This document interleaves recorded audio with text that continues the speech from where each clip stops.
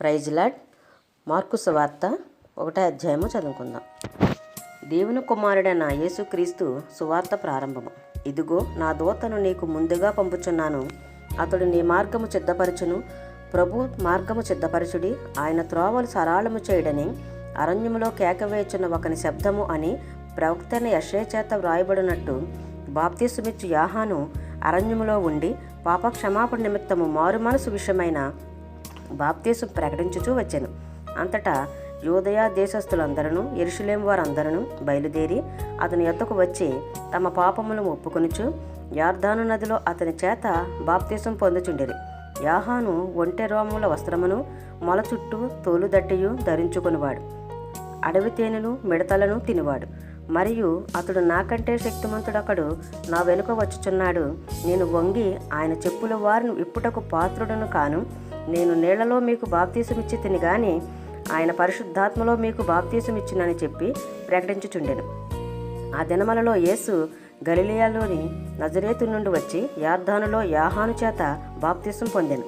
వెంటనే ఆయన నీళ్లలో నుండి ఒడ్డునకు వచ్చుచుండగా ఆకాశము చీల్చబడుటయు పరిశుద్ధాత్మ పావును వలె తన మీదకు దిగువచ్చుటయు చూచెను. మరియు నీవు నా ప్రియ కుమారుడవు, నీ యందు నేను ఆనందించుచున్నానని ఒక శబ్దము ఆకాశం నుండి వచ్చెను. వెంటనే పరిశుద్ధాత్మ ఆయనను అరణ్యములోనికి త్రోసుకుని పోయెను. ఆయన సాతాను చేత శోధింపబడుచు అరణ్యములో 40 దినములు అడవి మృగములతో కూడా ఉండెను. మరియు దేవదూతలు ఆయనకు పరిచర్య చేయుచుండిరి. యోహాను చెరపట్టబడిన తర్వాత యేసు కాలము సంపూర్ణమైనది, దేవుని రాజ్యము సమీపించి ఉన్నది, మారుమనసు పొంది సువార్త నమ్ముడని చెప్పుచు దేవుని సువార్త ప్రకటించుచు గలిలయకు వచ్చెను. ఆయన గలిలయ సముద్ర తీరమున వెళుచుండగా సీమోను సహోదరుడగు అంద్రేయయు సముద్రములో వలవేట చూచెను. వారు జాలరులు. యేసు, నా వెంబడి రండి, నేను మిమ్మల్ని మనుషులను పట్టు జాలరులుగా చేసేదనని వారితో చెప్పాను. వెంటనే వారు తమ వలలు విడిచి ఆయనను వెంబడించిరి. ఆయన ఇంకా కొంత దూరం వెళ్ళి జెబెదయి కుమారుడగు యాకోబును అతని సహోదరుడగు యోహానును చూచెను. వారు దోణిలో ఉండి తమ వలలు బాగు చేసుకుని చుండిరి. వెంటనే ఆయన వారిని పిలవగా వారు తమ తండ్రి అయిన జెబెదయిని దోణిలో జీతగాండ్ర యొద్ద విడిచిపెట్టి ఆయనను వెంబడించిరి. అంతట వారు కపెర్నహూములోనికి వెళ్ళిరి. వెంటనే ఆయన విశ్రాంతి దినమున సమాజ మందిరంలోకి పోయి బోధించెను. ఆయన శాస్త్రుల వలె కాక అధికారము గలవాని వలె వారికి బోధించెను గనుక వారు ఆయన బోధకు ఆశ్చర్యపడిరి. ఆ సమయమున వారి సమాజ మందిరములో అపవిత్రాత్మ పట్టిన మనుషుడొకడుండెను. వాడు, నజరేయుడగు యేసు, మాతో నీకేమి? మమ్ము నశింపజేయుటకు వచ్చితివా? నీవెవడవో నాకు తెలియను, నీవు దేవుని పరిశుద్ధుడవు అని కేకలు వేసెను. అందుకు యేసు, ఊరకుండము, వానిని విడిచిపొమ్మని దానిని గద్దింపగా ఆ అపవిత్రాత్మ వానిని విలవిలలాడించి పెద్ద కేక వేసి వాని విడిచిపోయాను. అందరూ విస్మయం ఉంది. ఇదేమిటో, ఇది కొత్త బోధగా ఉన్నదే. ఈయన అధికారముతో అపవిత్రాత్మకును ఆజ్ఞాపింపగా అవి ఆయనకు లోబడుచున్నవని ఒకరితో ఒకరు చెప్పుకునిరి. వెంటనే ఆయనను గూర్చిన సమాచారము త్వరలో గలిలయ ప్రాంతం అంతటా వ్యాపించెను. వెంటనే వారు సమాజ మందిరములో నుండి వెళ్ళి యాకోబుతోనూ యోహానుతోనూ సీమోను అంద్రేయ అనువారి ఇంట ప్రవేశించిరి. సీమోను అత్త జ్వరంతో పడి ఉండగా వెంటనే వారు ఆమెను గూర్చి ఆయనతో చెప్పిరి. ఆయన ఆమె దగ్గరకు వచ్చి చెయ్యి పట్టి ఆమెను లేవనెత్తెను. అంతటి జ్వరం ఆమెను వదిలెను గనుక ఆమె వారికి ఉపచారము చేయసాగెను.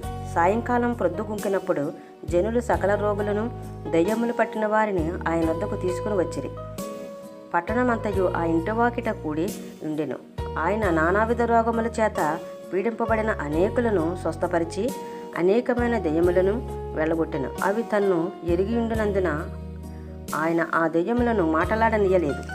ఆయన పెందలకాడనే లేచి ఇంకనూ చాలా చీకటి ఉండగానే బయలుదేరి అరణ్య ప్రదేశమునకు వెళ్ళి అక్కడ ప్రార్థన చేయుచుండెను. సీమోనును అతనితో కూడా నున్నవారును ఆయనను వెతుకుచూ వెళ్ళి ఆయనను కనుగొని, అందరూ నిన్ను వెతుకుచున్నారని ఆయనతో చెప్పగా, ఆయన, ఇతర సమీప గ్రామములలో నేను ప్రకటించినట్లు వెళ్ళుదము రండి, ఇందు నిమిత్తమే కదా నేను బయలుదేరి వచ్చితినని వారితో చెప్పాను. ఆయన గలిలయ అంతటా వారి సమాజ మందిరంలో ప్రకటించుచు దెయ్యములను వెళ్ళగొట్టుచు నుండెను. ఒక కుష్ఠరోగి ఆయన వద్దకు వచ్చి ఆయన ఎదుట మోకాళ్ళూని, నీకిష్టమైతే నన్ను శుద్ధినిగా చేయగలవని ఆయనతో చెప్పి ఆయనను వేడుకొనగా ఆయన కనికరపడి చేయి చాపి వానిని ముట్టి, నాకిష్టమే, నీవు శుద్ధుడువు కమ్మని వానితో చెప్పెను. వెంటనే కుష్ఠరోగం వానిని విడిచెను గనుక వాడు శుద్ధుడాయను. అప్పుడాయన, ఎవరితోనూ ఏమీ చెప్పకు సుమి, కానీ నీవు వెళ్ళి వారికి సాక్షార్థమై నీ దేహమును యాజకునికి కనపరుచుకొని నీవు శుద్ధుడమైనందుకు మోషే నియమించిన కానుకలను సమర్పించుమని వానికి ఖండితముగా ఆజ్ఞాపించి వెంటనే వారిని పంపివేశెను. అయితే వాడు వెళ్ళి దానిని గూర్చి విస్తారముగా ప్రకటించుటకును ఆ సంగతి ప్రచురము చేయుటకును ఆరంభించెను. గనుక ఆయన యొక్క పట్టణములో బహిరంగముగా ప్రవేశింపలేక వెలుపల అరణ్య ప్రదేశములో నుండెను. నలుదిక్కుల నుండి జనులు ఆయన వద్దకు వచ్చుచుండిరి. మార్కు సువార్త 2వ అధ్యాయము చదువుకుందాం. కొన్ని దినములైన పిమ్మట ఆయన మరలా కపెర్నహూములోనికి వచ్చెను. ఆయన ఇంట ఉన్నాడని వినవచ్చినప్పుడు అనేకులు కూడి వచ్చిరు గనుక వాకిటి అయినను వారికి స్థలము లేకపోయాను. ఆయన వారికి వాక్యం బోధించుచుండగా కొందరు పక్షవాయువు గల ఒక మనిషిని 9 చేత మోయించుకొని ఆయన యొద్దకు తీసుకుని వచ్చిరి. చాలామంది కూడి ఉన్నందున వారు ఆయన యొద్దకు చేరలేక ఆయనున్న చోటికి పైగా ఇంటి కప్పు విప్పి సందు చేసి పక్షవాయు గల వానిని పరుపుతోనే తింపిరి. యేసు వారి విశ్వాసమును చూచి, కుమారుడా, నీ పాపములు క్షమింపబడి ఉన్నవని పక్షవాయు గలవానితో చెప్పాను. శాస్త్రుల్లో కొందరు అక్కడ కూర్చుని ఉండిరి. వారు, ఇతడు ఇట్లెందుకు చెప్పుచున్నాడు? దేవదూషణ చేయుచున్నాడు కదా. దేవుడు అక్కడే తప్ప పాపమును క్షమించగలవాడెవడని తమ హృదయంలో ఆలోచించుకునిరి. వారు తమలో తాము ఇలాగున ఆలోచించుకొనుట యేసు వెంటనే తన ఆత్మను తెలుసుకుని, మీరు ఇలాంటి సంగతులు మీ హృదయంలో ఎందుకు ఆలోచించుకొనుచున్నారు? ఈ పక్షగలవాని వానితో నీ పాపములు క్షమింపబడి ఉన్నవని చెప్పుట సులభమా? నీవు లేచి నీ పొరుపెత్తుకొని నడువమని చెప్పుట సులభమా? అయితే పాపములు క్షమించుటకు భూమి మీద మనుష్య కుమారునికి అధికారము కలదని మీరు తెలుసుకొనవలెనని వారితో చెప్పి, పక్షవాయువు గల వారిని చూచి, నీవు లేచి నీ పరుపెత్తుకుని ఇంటికి పొమ్మని నీతో చెప్పుచున్నానెను. తత్క్షణమే వాడు లేచి పరుపెత్తుకుని వారందరి ఎదుట నడిచిపోయాను. గనుక వారందరూ విభ్రాంతి నొంది, మనం ఇలాంటి కార్యములను ఎన్నడూ చూడలేదని చెప్పుకొనుచు దేవుని మహింపరిచిరి. ఆయన సముద్ర తీరం మరలా నడుచుపోచుండెను. జనులందరూ ఆయన యొద్దకు రాగా ఆయన వారికి బోధించెను. ఆయన మార్గంలో వెళ్ళుచు సుంకపు మెట్టునొద్ద కూర్చున్న అల్పయ్యు కుమారుడు లేవిని చూచి, నన్ను వెంబడించుమని అతనితో చెప్పగా అతడు లేచి ఆయనను వెంబడించెను. అతని ఇంట ఆయన భోజనమునకు కూర్చుని ఉండగా సుంకరులను పాపులను అనేకులు యేసుతోనూ ఆయన శిష్యులతోనూ కూర్చుండి ఉండిరి. ఇట్టి వారు అనేకులుండిరి. వారు ఆయనను వెంబడించువారైరి. పరిసయ్యులలోనున్న శాస్త్రులు ఆయన సుంకరులతోనూ పాపులతోనూ భుజించుట చూచి ఆయన సుంకరులతోనూ పాపులతోనూ కలిసి భోజనము చేయుచున్నాడేమని ఆయన శిష్యులను అడుగుగా, యేసు ఆ మాట విని, రోగులకే గాని ఆరోగ్యము గల వానికి వైద్యుడు అక్కరలేదు. నేను పాపులనే పిలువవచ్చి తిని గాని నీతిమంతులను పిలువ రాలేదని వారితో చెప్పాను. యోహాను శిష్యులను పరిసయ్యులను ఉపవాసము చేయుటకొద్దు. వారు వచ్చి, యోహాను శిష్యులను ఉపవాసము చేయుదురు గాని నీ శిష్యులు ఉపవాసము చేయరు. దీనికి హేతువేమని ఆయన అడుగగా, యేసు, పెండ్లు కుమారుడు తమతో కూడా ఉన్న కాలమున పెండ్లు ఇంటి వారు ఉపవాసము చేయదగున? పెండ్లు కుమారుడు తమతో కూడా ఉన్నంత కాలము ఉపవాసము చేయదగదు గాని పెండ్లు కుమారుడు వారి యొద్ద నుండి కొనుపోబడి దినములు వచ్చును. ఆ దినములలోనే వారు ఉపవాసము చేతురు. ఎవడనూ పాత బట్టకు కొత్త గుడ్డ మాసిక వెయ్యడు. వేసిన ఎడల ఆ క్రొత్త మాసిక పాత బట్టను వెలితిపరచును, చినుగు మరీ ఎక్కువగును. ఎవడనూ పాత తిత్తులో కొత్త ద్రాక్షరసం పోయడు. పోసిన ఎడల ద్రాక్షరసము ఆ తిత్తులను పిగిల్చును, రసమును తిత్తులను చెడును. అయితే కొత్త ద్రాక్షరసము కొత్త తిత్తులో పోయవలనని చెప్పాను. మరియు ఆయన విశ్రాంతి దినమున పంట చేలలో పడి వెళుచుండగా శిష్యులు మార్గమున సాగిపోవచ్చు వెన్నులు నుండిరి.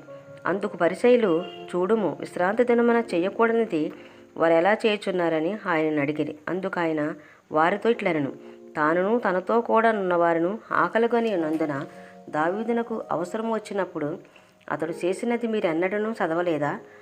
అబ్యాతారు ప్రధాన యాజకుడై ఉండగా దేవమందిరంలోనికి వెళ్ళి యాజకులే గాని ఇతరులు తినకూడని సముఖపు రొట్టెలు తాను తిని తనతో కూడా ఉన్నవారికి ఇచ్చాను కదా అని చెప్పాను.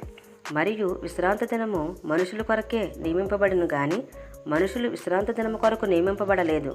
అందువలన మనిషి కుమారుడు విశ్రాంతి దినమునకును ప్రభువై ఉన్నాడని వారితో చెప్పెను.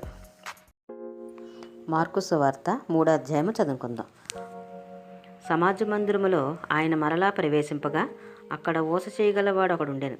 అచ్చటి వారు ఆయన మీద నేరము మోపవలని నుండి విశ్రాంతి దినమున వారిని స్వస్థపరచునేమో అని ఆయనను కనిపెట్టుచుండిరి. ఆయన, నీవు లేచి మధ్యను నిలువమని ఊచ చేయగల వానితో చెప్పి వారిని చూచి, విశ్రాంతి దినమున మేలు చేయట ధర్మమా, కీడు చేయట ధర్మమా, ప్రాణరక్షణ ధర్మమా, ప్రాణహత్య ధర్మమా అని అడిగాను. అందుకు వారు ఊరకుండిరి. ఆయన వారి హృదయ కాఠిన్యమునకు దుఃఖపడి కోపముతో వారిని కలయజూసి, నీ చెయ్యి చాపుమని ఆ మనుషులతో చెప్పాను. వాడు తన చెయ్యి చాపగా అది బాగుపడెను. పరిసయ్యులు వెలుపలకు పోయి వెంటనే హెరోదియలతో కలుసుకొని ఆయనను ఎలాగా సంహరింతుమా అని ఆయనకు విరోధముగా ఆలోచన చేసిరి. యేసు తన శిష్యులతో కూడా సముద్రము వద్దకు వెళ్ళగా గలిలయ నుండి వచ్చిన గొప్ప జన సమూహము ఆయనను వెంబడించెను. మరియు ఆయన ఇన్ని గొప్ప కార్యములు చేయుచున్నాడని విని జనులు యోదయ నుండి, యెరూషలేము నుండి, ఇదుమయ నుండి, యొర్దాను అవతల నుండి, తూరు, సిదోను అనేటి పట్టణ ప్రాంతముల నుండి ఆయన యొద్దకు గుంపులు గుంపులుగా వచ్చిరి. జనులు గుంపు కూడగా చూసి వారు తనకు ఇరుకు కలిగింపకుండునట్లు చిన్న దోణి ఒకటి తనకు సిద్ధపరిచి ఉంచవలెనని ఆయన తన శిష్యులతో చెప్పాను. ఆయన అనేకులను స్వస్థపరిచెను గనుక రోగి పీడితులైన వారందరూ ఆయనను ముట్టవలెనని ఆయన మీద పడుచుండిరి. అపత్రాత్మలు పట్టిన వారు ఆయనను చూడగానే ఆయన ఎదుట సాగిలపడి, నీవు దేవుని కుమారుడివని చెప్పుచూ కేకలు వేసిరి. తన్ను ప్రసిద్ధి చెయ్యవద్దని ఆయన వారికి ఖండితముగా ఆజ్ఞాపించెను. ఆయన కొండెక్కి తనకిష్టమైన వారిని పిలువగా వారు ఆయన వద్దకు వచ్చిరి. వారు తనతో కూడా ఉండునట్లును దెయ్యములను వెళ్ళగొట్టు అధికారము గలవారై సువార్త ప్రకటించుటకును వారిని పంపవలెనని ఆయన 12 మందిని నియమించెను. వారెవరనగా ఆయన పేతురును పేరు పెట్టిన సీమోను, జెబెదయి కుమారుడగు యాకోబు, అతని సహోదరుడగు యోహాను. వీరిద్దరికీ ఆయన బోయనేర్గేషను పేరు పెట్టెను. బోయనేర్గేషను అనగా ఉరిమెడి వారిని అర్థము. అంద్రెయ, ఫిలిప్పు, బొత్తమయి, మత్తయి, తోమ, అల్పయ్య కుమారుడగు యాకోబు, తద్దయి, కనానీయుడైన సీమోను, ఆయనను అప్పగించిన ఇస్కరియోతు యోధ అనువారు. ఆయన ఇంటిలోనికి వచ్చినప్పుడు జనులు మరలా గుంపు కూడి వచ్చిరి గనుక భోజనము చేయుటకైనను వారికి వీలు లేకపోయాను. ఆయన ఇంటివారి సంగతి విని ఆయన మతి చెల్లించి ఉన్నదని చెప్పి ఆయనను పట్టుకొని పోయిరి. యెరూషలేము నుండి వచ్చిన శాస్త్రులు, ఇతడు బెల్జెబూలును పట్టినవాడే, దెయ్యముల అధిపతి చేత దెయ్యములను వెళ్ళగొట్టుచున్నాడని చెప్పిరి. అప్పుడు ఆయన వారిని తన యొద్దకు పిలిచి ఉపమాన రీతిగా వారితో ఇట్లనెను. సాతాను ఎలాగ వెళ్ళగొట్టును? ఒక రాజ్యము తనకు తానే విరోధముగా ఏరుపడిన ఎడల ఆ రాజ్యము నిలవనేరదు. ఒక ఇల్లు తనకు తానే విరోధముగా వేరుపడిన ఎడల ఆ ఇల్లు నిలవనేరదు. సాతాను తనకు తానే విరోధముగా లేచి వేరుపడిన ఎడల వాడు నిలవలేక కడతేరును. ఒకడు బలవంతుడైన వారిని మొదట బంధించితేనే తప్ప ఆ బలవంతుని ఇంట చుచ్చి వాని సామాగ్రి దోచుకొన నేరడు. బంధించిన ఎడల వాని ఇల్లు దోచుకొని వచ్చును. సమస్త పాపములను మనుషులు చేయు దూషణలనియు వారికి క్షమింపబడును. గాని పరిశుద్ధాత్మ విషయము దూషణ చేయువాడు ఎప్పుడునూ క్షమాపణ పొందక నిత్య పాపము చేసిన వాడే ఉండునని మీతో నిత్యముగా చెప్పుచున్నానెను. ఎందుకనగా ఆయన అపత్రాత్మ పట్టినవాడని వారు చెప్పిరి. ఆయన సహోదరులను తల్లియు వచ్చి వెలుపల నిలిచి ఆయనను పిలవనంపిరి. జనులు గుంపుగా ఆయన చుట్టూ కూర్చుండిరి.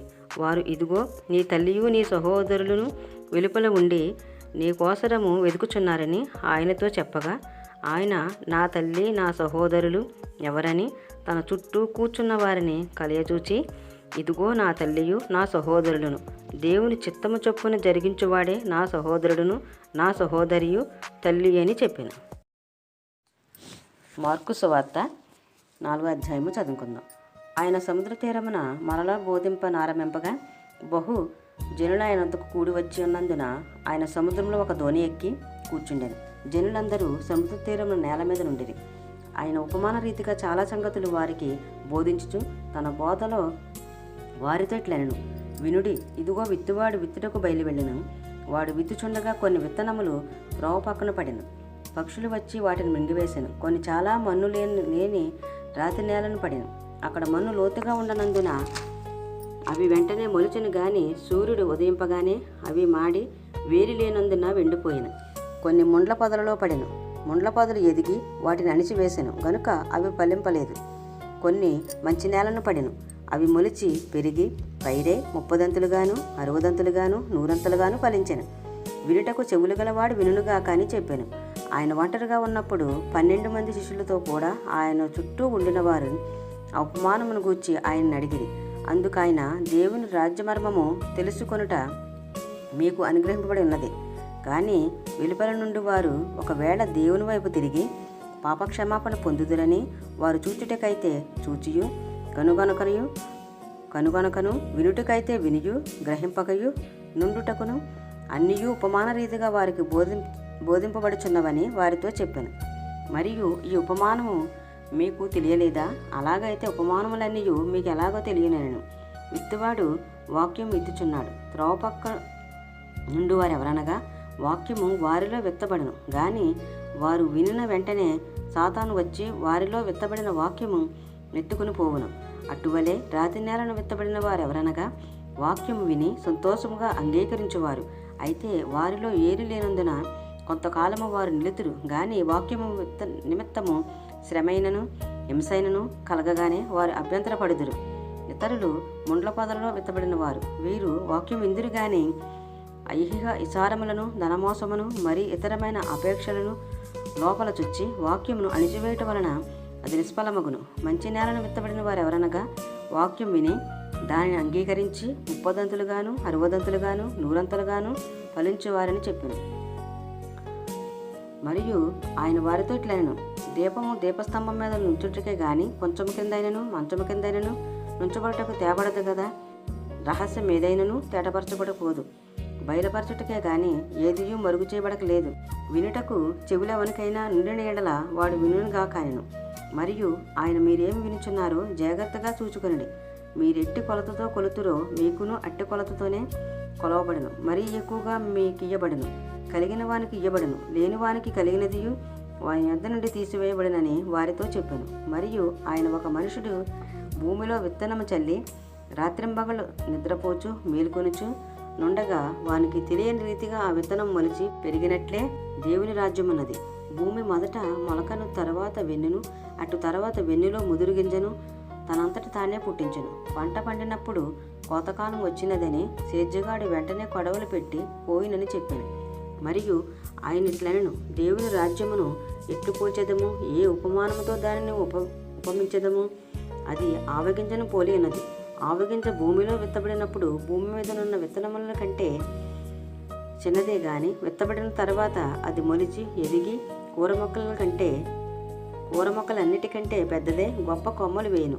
గనుక ఆకాశ పక్షులు దాని నీడను నివసింపగలవని వారికి వినుటకు శక్తి కలగకొనిది. ఇలాంటి అనేకమైన ఉపమానములను చెప్పి ఆయన వారికి వాక్యం బోధించెను. ఉపమానము లేక వారికి బోధింపలేదు. గాని ఒంటరిగా ఉన్నప్పుడు తన శిష్యులకు అన్నిటినీ సిద్ధపరిచెను. ఆ దినమే సాయంకాలమైనప్పుడు ఆయన అద్దరికి పోదుమని వారితో చెప్పగా వారు జనులను పంపివేసి ఆయనను ఉన్నపాటున చిన్న దోణిలో తీసుకుని పోయిరి. ఆయన వెంబడి మరికొన్ని దోణులు వచ్చెను. అప్పుడు పెద్ద తుఫాను రేగి ఆయన ఉన్న దోణి మీద అలలు కొట్టినందున దోణి నిండిపోయాను. ఆయన దోణి అమరమ తలగడ మీద తన తల వాల్చుకుని నిద్రించుచుండెను. వారు ఆయనను లేపి, బోధకుడా, మేము నశించిపోచున్నాము, నీకు చింత లేదా అని ఆయనతో నిరి. అందుకు ఆయన లేచి గాలిని గద్దించి నిశ్శబ్దమై హోరకుండుమని సముద్రంతో చెప్పగా గాలి అణిగి మిక్కిలి నిమ్మళమాయెను. అప్పుడు ఆయన, మీరెందుకు భయపడుచున్నారు? మీరు ఇంకనూ నమ్మిక లేక ఉన్నారా అని వారితో చెప్పాను. వారి మిక్కిలి భయపడి, ఈయన ఎవరో, గాలియు సముద్రమును ఈయనకు లోబడుచున్నవని ఒకరితో ఒకడు చెప్పుకునేది. మార్కు సువార్త 5వ అధ్యాయము చదువుకుందాం. వారు సముద్రమునకు అద్దరనున్న గెరాసేనుల దేశమునకు వచ్చిరి. ఆయన దోణి దిగగానే అపవిత్రాత్మ పట్టిన వాడొకడు సమాధుల నుండి వచ్చి ఆయనకి ఎదురుపడింది. వాడు సమాధులలో వాసము చేసేటివాడు.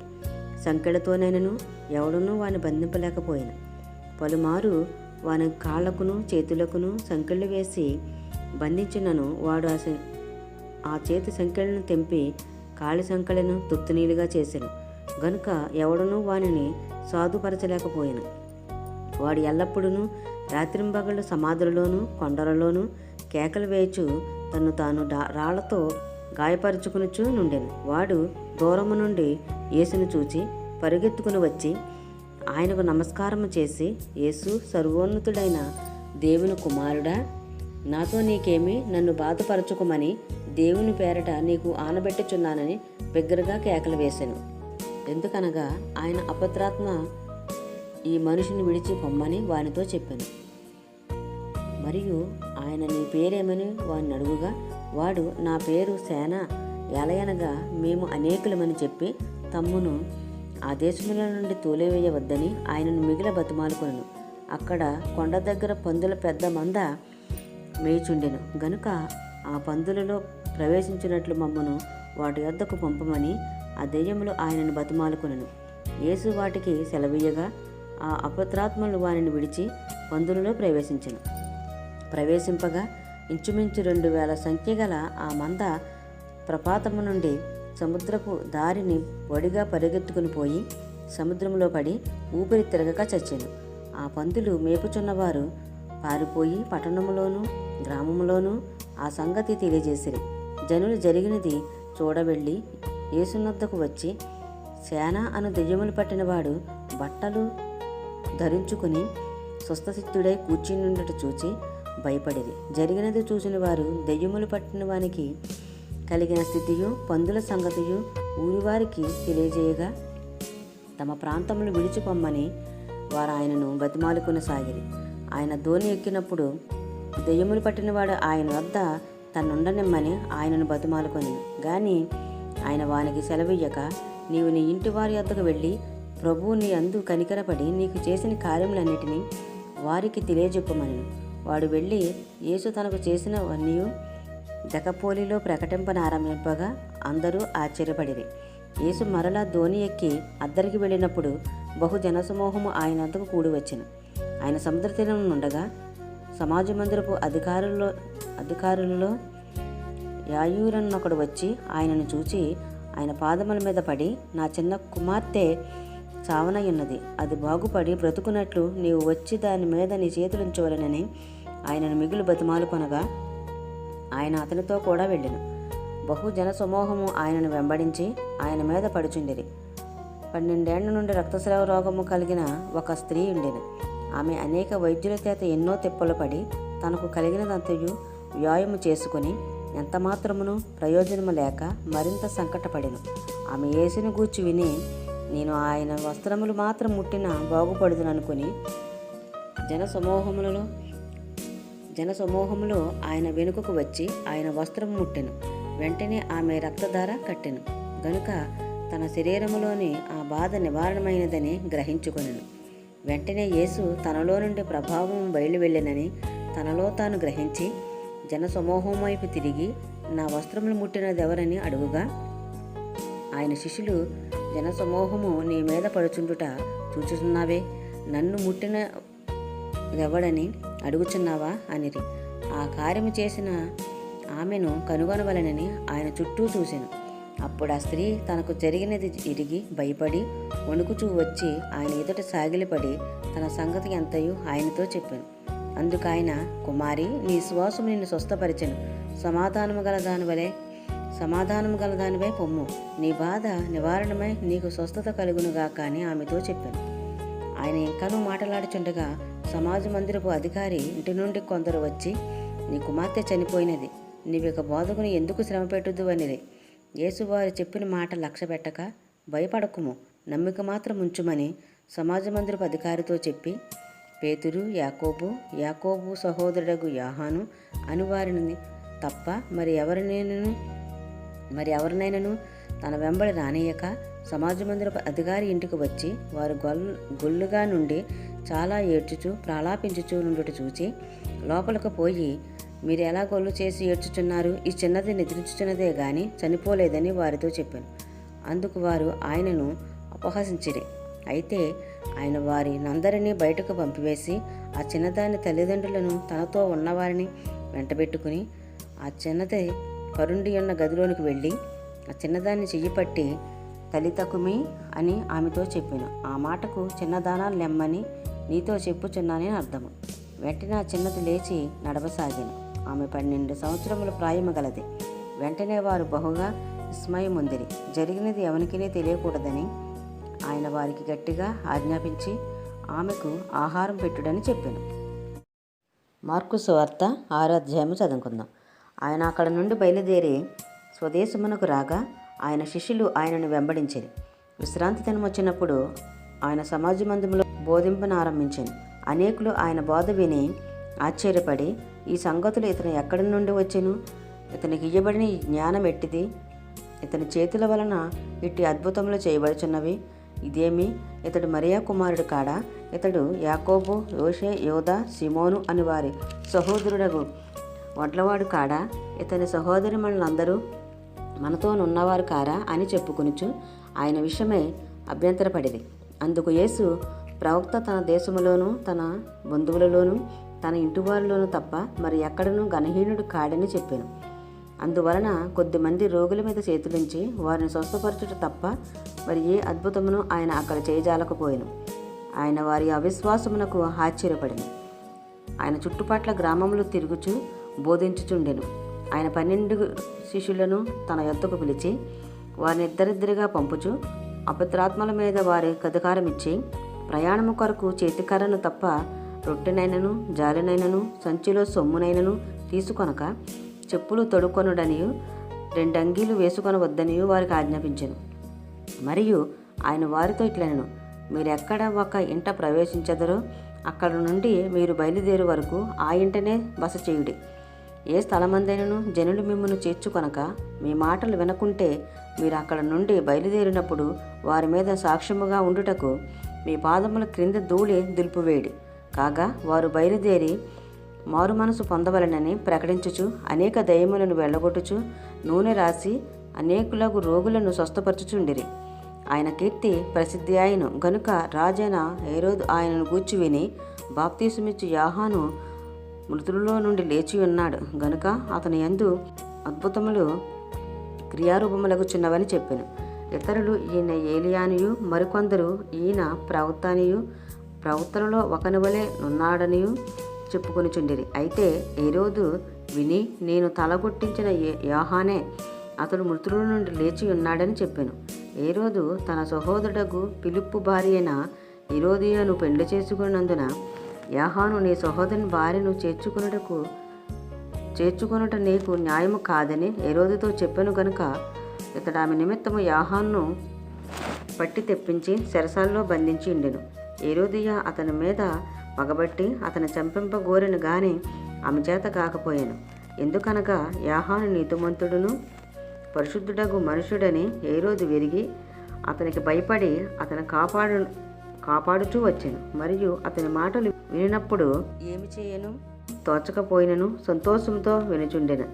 అయితే తగిన దినమొకటి వచ్చెను. ఎట్లనగా హేరోదు తన జనన దినోత్సవమందు తన ప్రధానులకును సహస్రాధిపతులకును గలిలీ దేశ ప్రముఖులకును విందు చేయించెను. అప్పుడు హేరోదియ కుమార్తె లోపలకు వచ్చి నాట్యమాడి హేరోదును అతనితో కూడా పంక్తిని కూర్చున్న వారిని సంతోషపరిచెను. గనుక రాజు, నీకు ఇష్టమైనది ఏదైనాను నన్ను అడుగుము, నేను నీకు ఇచ్చేదనని ఆ చిన్నదానితో చెప్పాను. మరియు నీవు నా రాజ్యములో సగం మట్టుకు ఏమి అడిగినో నీకు ఇచ్చేదనని అతడు ఆమెతో ఒట్టు పెట్టుకొనెను. గనుక ఆమె వెళ్ళి నేనేమి అడిగేదనని తన తల్లిని అడుగుగా ఆమె బాప్తీసమిచ్చు యోహాను తల అడుగుమనెను. వెంటనే ఆమె త్వరగా రాజునొద్దకు వచ్చి బాప్తీసమిచ్చు యోహాను తల పళ్ళెములో పెట్టి ఇప్పుడే నాకు ఇప్పింపగోరుచున్నానని చెప్పాను. రాజు బహుగా దుఃఖపడెను గాని తాను పెట్టుకొనిన ఒట్టు నిమిత్తము తనతో కూర్చుండి అన్న వారి నిమిత్తమును ఆమెకు ఇయ్యను అననల్లకపోయాను. వెంటనే రాజు అతని తల తెమ్మని ఆజ్ఞాపించి ఒక బంట్రోతును పంపాను. వాడు వెళ్ళి చెరసాలలో అతని తల కొట్టి పళ్ళెములో అతని తలపెట్టి తెచ్చి ఆ చిన్నదానికి ఇచ్చాను. ఆ చిన్నది తన తల్లికి ఇచ్చాను. యోహాను శిష్యులు ఈ సంగతి విని వచ్చి శవమును ఎత్తుకుని పోయి సమాధిలో ఉంచిరి. అంతటా అపోస్తలులు యేసునొద్దకు కూడి వచ్చి తాము చేసినవన్నీయు బోధించినవన్నీయు ఆయనకు తెలియజేసిరి. అప్పుడు ఆయన, మీరేకాంతముగా అరణ్య ప్రదేశమునకు వచ్చి కొంచెము సేపు అలసట తీర్చుకొనిడని చెప్పాను. ఎలయనగా అనేకులు వచ్చుచూ పోవుచూ నుండి నందున భోజనము చేయుటకైనను వారికి అవకాశం లేకపోయాను. కాగా వారు దోణి ఎక్కి అరణ్య ప్రదేశములకు ఏకాంతముగా వెళ్ళిరి. వారు వెళ్ళుచుండగా జనులు చూసి అనేకులు ఆయనను గుర్తెరిగి సకల పట్టణంలో నుండి అక్కడికి కాలినడకను పరిగెత్తి వారికంటే ముందుగా వచ్చింది. గనుక యేసు వచ్చి ఆ గొప్ప జన సమూహమును చూచి వారు కాపరిలేని గొర్రెల వలె ఉన్నందున వారి మీద కనికరపడి వారికి అనేక సంగతులు బోధింపసాగిను. చాలా పొద్దుపోయిన తర్వాత ఆయన శిష్యులు ఆయన వద్దకు వచ్చి, ఇది అరణ్య ప్రదేశము, ఇప్పుడు చాలా పొద్దుపోయినది. చుట్టుపట్ల ప్రదేశమునకు గ్రామమునకును వారు వెళ్ళి భోజనముకైనను కొనుక్కునుటకు వారిని పంపివేయమని చెప్పిరి. అందుకైన, మీరు వారికి భోజనం పెట్టుడనగా వారు, మేము వెళ్ళి 200 దేనారముల రొట్టెలు కొని వారికి పెట్టుదమా అని ఆయన అడిగిరి. అందుకైన, మీ వద్ద ఎన్ని రొట్టెలున్నవి పోయి చూడినని వారితో చెప్పాను. వారు చూసి తెలుసుకొని 5 రొట్టెలను 2 చేపలను ఉన్నవనిరి. అప్పుడు ఆయన పచ్చిక మీద అందరూ పంక్తులుగా కూర్చుండవలనని వారికి ఆజ్ఞాపింపగా వారు 100 మంది చొప్పునను 50 మంది చొప్పునను పంక్తులు తీరి కూర్చుండిరి. అంతటా ఆయన ఆ 5 రొట్టెలను 2 చేపలను పట్టుకుని ఆకాశం వైపు కన్నులెత్తి ఆశీర్వదించి ఆ రొట్టెలు విరిచి వారికి వడ్డించుటకు తన శిష్యులకిచ్చి ఆ 2 చేపలను అందరికీ పంచిపెట్టెను. వారందరూ తిని తృప్తి పొందిన తర్వాత మిగిలిన చేపలను రొట్టె ముక్కలను 12 గంపలు ఎత్తిరి. ఆ రొట్టెలు తినిన వారు 5,000 మంది పురుషులు. ఆయన జనసమూహమును పంపివేయనంతలో దోణి ఎక్కి అద్దరునున్న బెత్సయిదాకు ముందుగా వెళ్ళుడని ఆయన తన శిష్యులను వెంటనే బలవంతము చేశాను. ఆయన వారిని వీడుకొలిపి ప్రార్థన చేయటం కొండకు వెళ్ళెను. సాయంకాలమైనప్పుడు ఆ దోణి సముద్రం మధ్య ఉండెను. ఆయన ఒంటరిగా మెట్టనుండెను. అప్పుడు వారికి గాలి ఎదురైనందున దోణి నడిపించుటలో వారు మిక్కిలి కష్టపడుచుండగా ఆయన చూచి రాత్రి ఇంచుమించు 4వ జామున సముద్రం మీద నడుచుచు వారి యొద్దకు వచ్చి వారిని దాటిపోవాలని ఉండెను. ఆయన సముద్రం మీద నడుచుడు వారు చూసి భూతమని తలంచి కేకలు వేసిరి. అందరూ ఆయనను చూచి తొందరపడగా వెంటనే ఆయన వారిని పలకరించి, ధైర్యం తెచ్చుకునడి, నేనే, భయపడగుడని చెప్పాను. తరువాత ఆయన దోణి ఎక్కి వారి యొద్దకు వచ్చినప్పుడు గాలి అణిగెను. అందుకు వారు తమలో తాము మిక్కిలి విభ్రాంతి నొందిరి. ఆయనను వారి హృదయము కఠినమాయను గనుక వారి రొట్టెలను గూర్చి సంగతి గ్రహింపలేదు. వారు అవతలకు వెళ్ళి గెన్నెసరేతు దగ్గర ఒడ్డుకు వచ్చి దరి పట్టిరి. వారు దోణి దిగగానే జనులు ఆయనను గుర్తుపట్టి ఆ ప్రదేశం అంతటా పరుగెత్తుకుని పోయి ఆయన ఉన్నాడని వినిన చోటనకు రోగులను మంచముల మీద మోసుకుని వచ్చుటకు మొదలుపెట్టిరి. గ్రామంలోను పట్టణములో పల్లెటూళ్ళలోనూ ఆయన ఎక్కడెక్కడా ప్రవేశించినా అక్కడ జనులు రోగులను సొంత వీధిలో ఉంచి వారిని ఆయన వస్త్రపు చెంగు మాత్రం ముట్టనిమ్మని ఆయనను వేడుకొనిచుండిరి. ఆయన ముట్టిన వారందరూ స్వస్థత నొందిరి. మార్కు సువార్త 7వ అధ్యాయము చదువుకుందాం. యెరూషలేము నుండి వచ్చిన పరిసయ్యులను శాస్త్రులలో కొందరును ఆయన వద్దకు కూడి వచ్చి, ఆయన శిష్యులలో కొందరు అపవిత్రమైన చేతులతో అనగా కడుగని చేతులతో భోజనము చేయుట చూసిరి. పరిసయ్యులను యూదులందరూ పెద్దల పరమాచారమును బట్టి చేతులు కడుగుకుంటేనే గాని భోజనము చేయరు. మరియు వారు సంత నుండి వచ్చినప్పుడు నీళ్లు చల్లుకుంటేనే గాని భోజనము చేయరు. ఇదియుగాక గిన్నెలను, కుండలను, ఇత్తడి పాత్రలను నీళ్లలో కడుగుట మొదలగు అనేక ఆచారములను వారు అనుసరించుటవారే. అప్పుడు పరిసయ్యులను శాస్త్రులను, నీ శిష్యులు ఎందుకు పెద్దల పరమాచారము చొప్పున నడుచుకొనక అపవిత్రమైన చేతులతో భోజనము చేయదరని ఆయన అడిగిరి. అందుకైన వారితో ఇలాగ చెప్పాను, ఈ ప్రజలు పెదవులతో నన్ను గణపరచుదురు గాని వారి హృదయము నాకు దూరముగా ఉన్నది.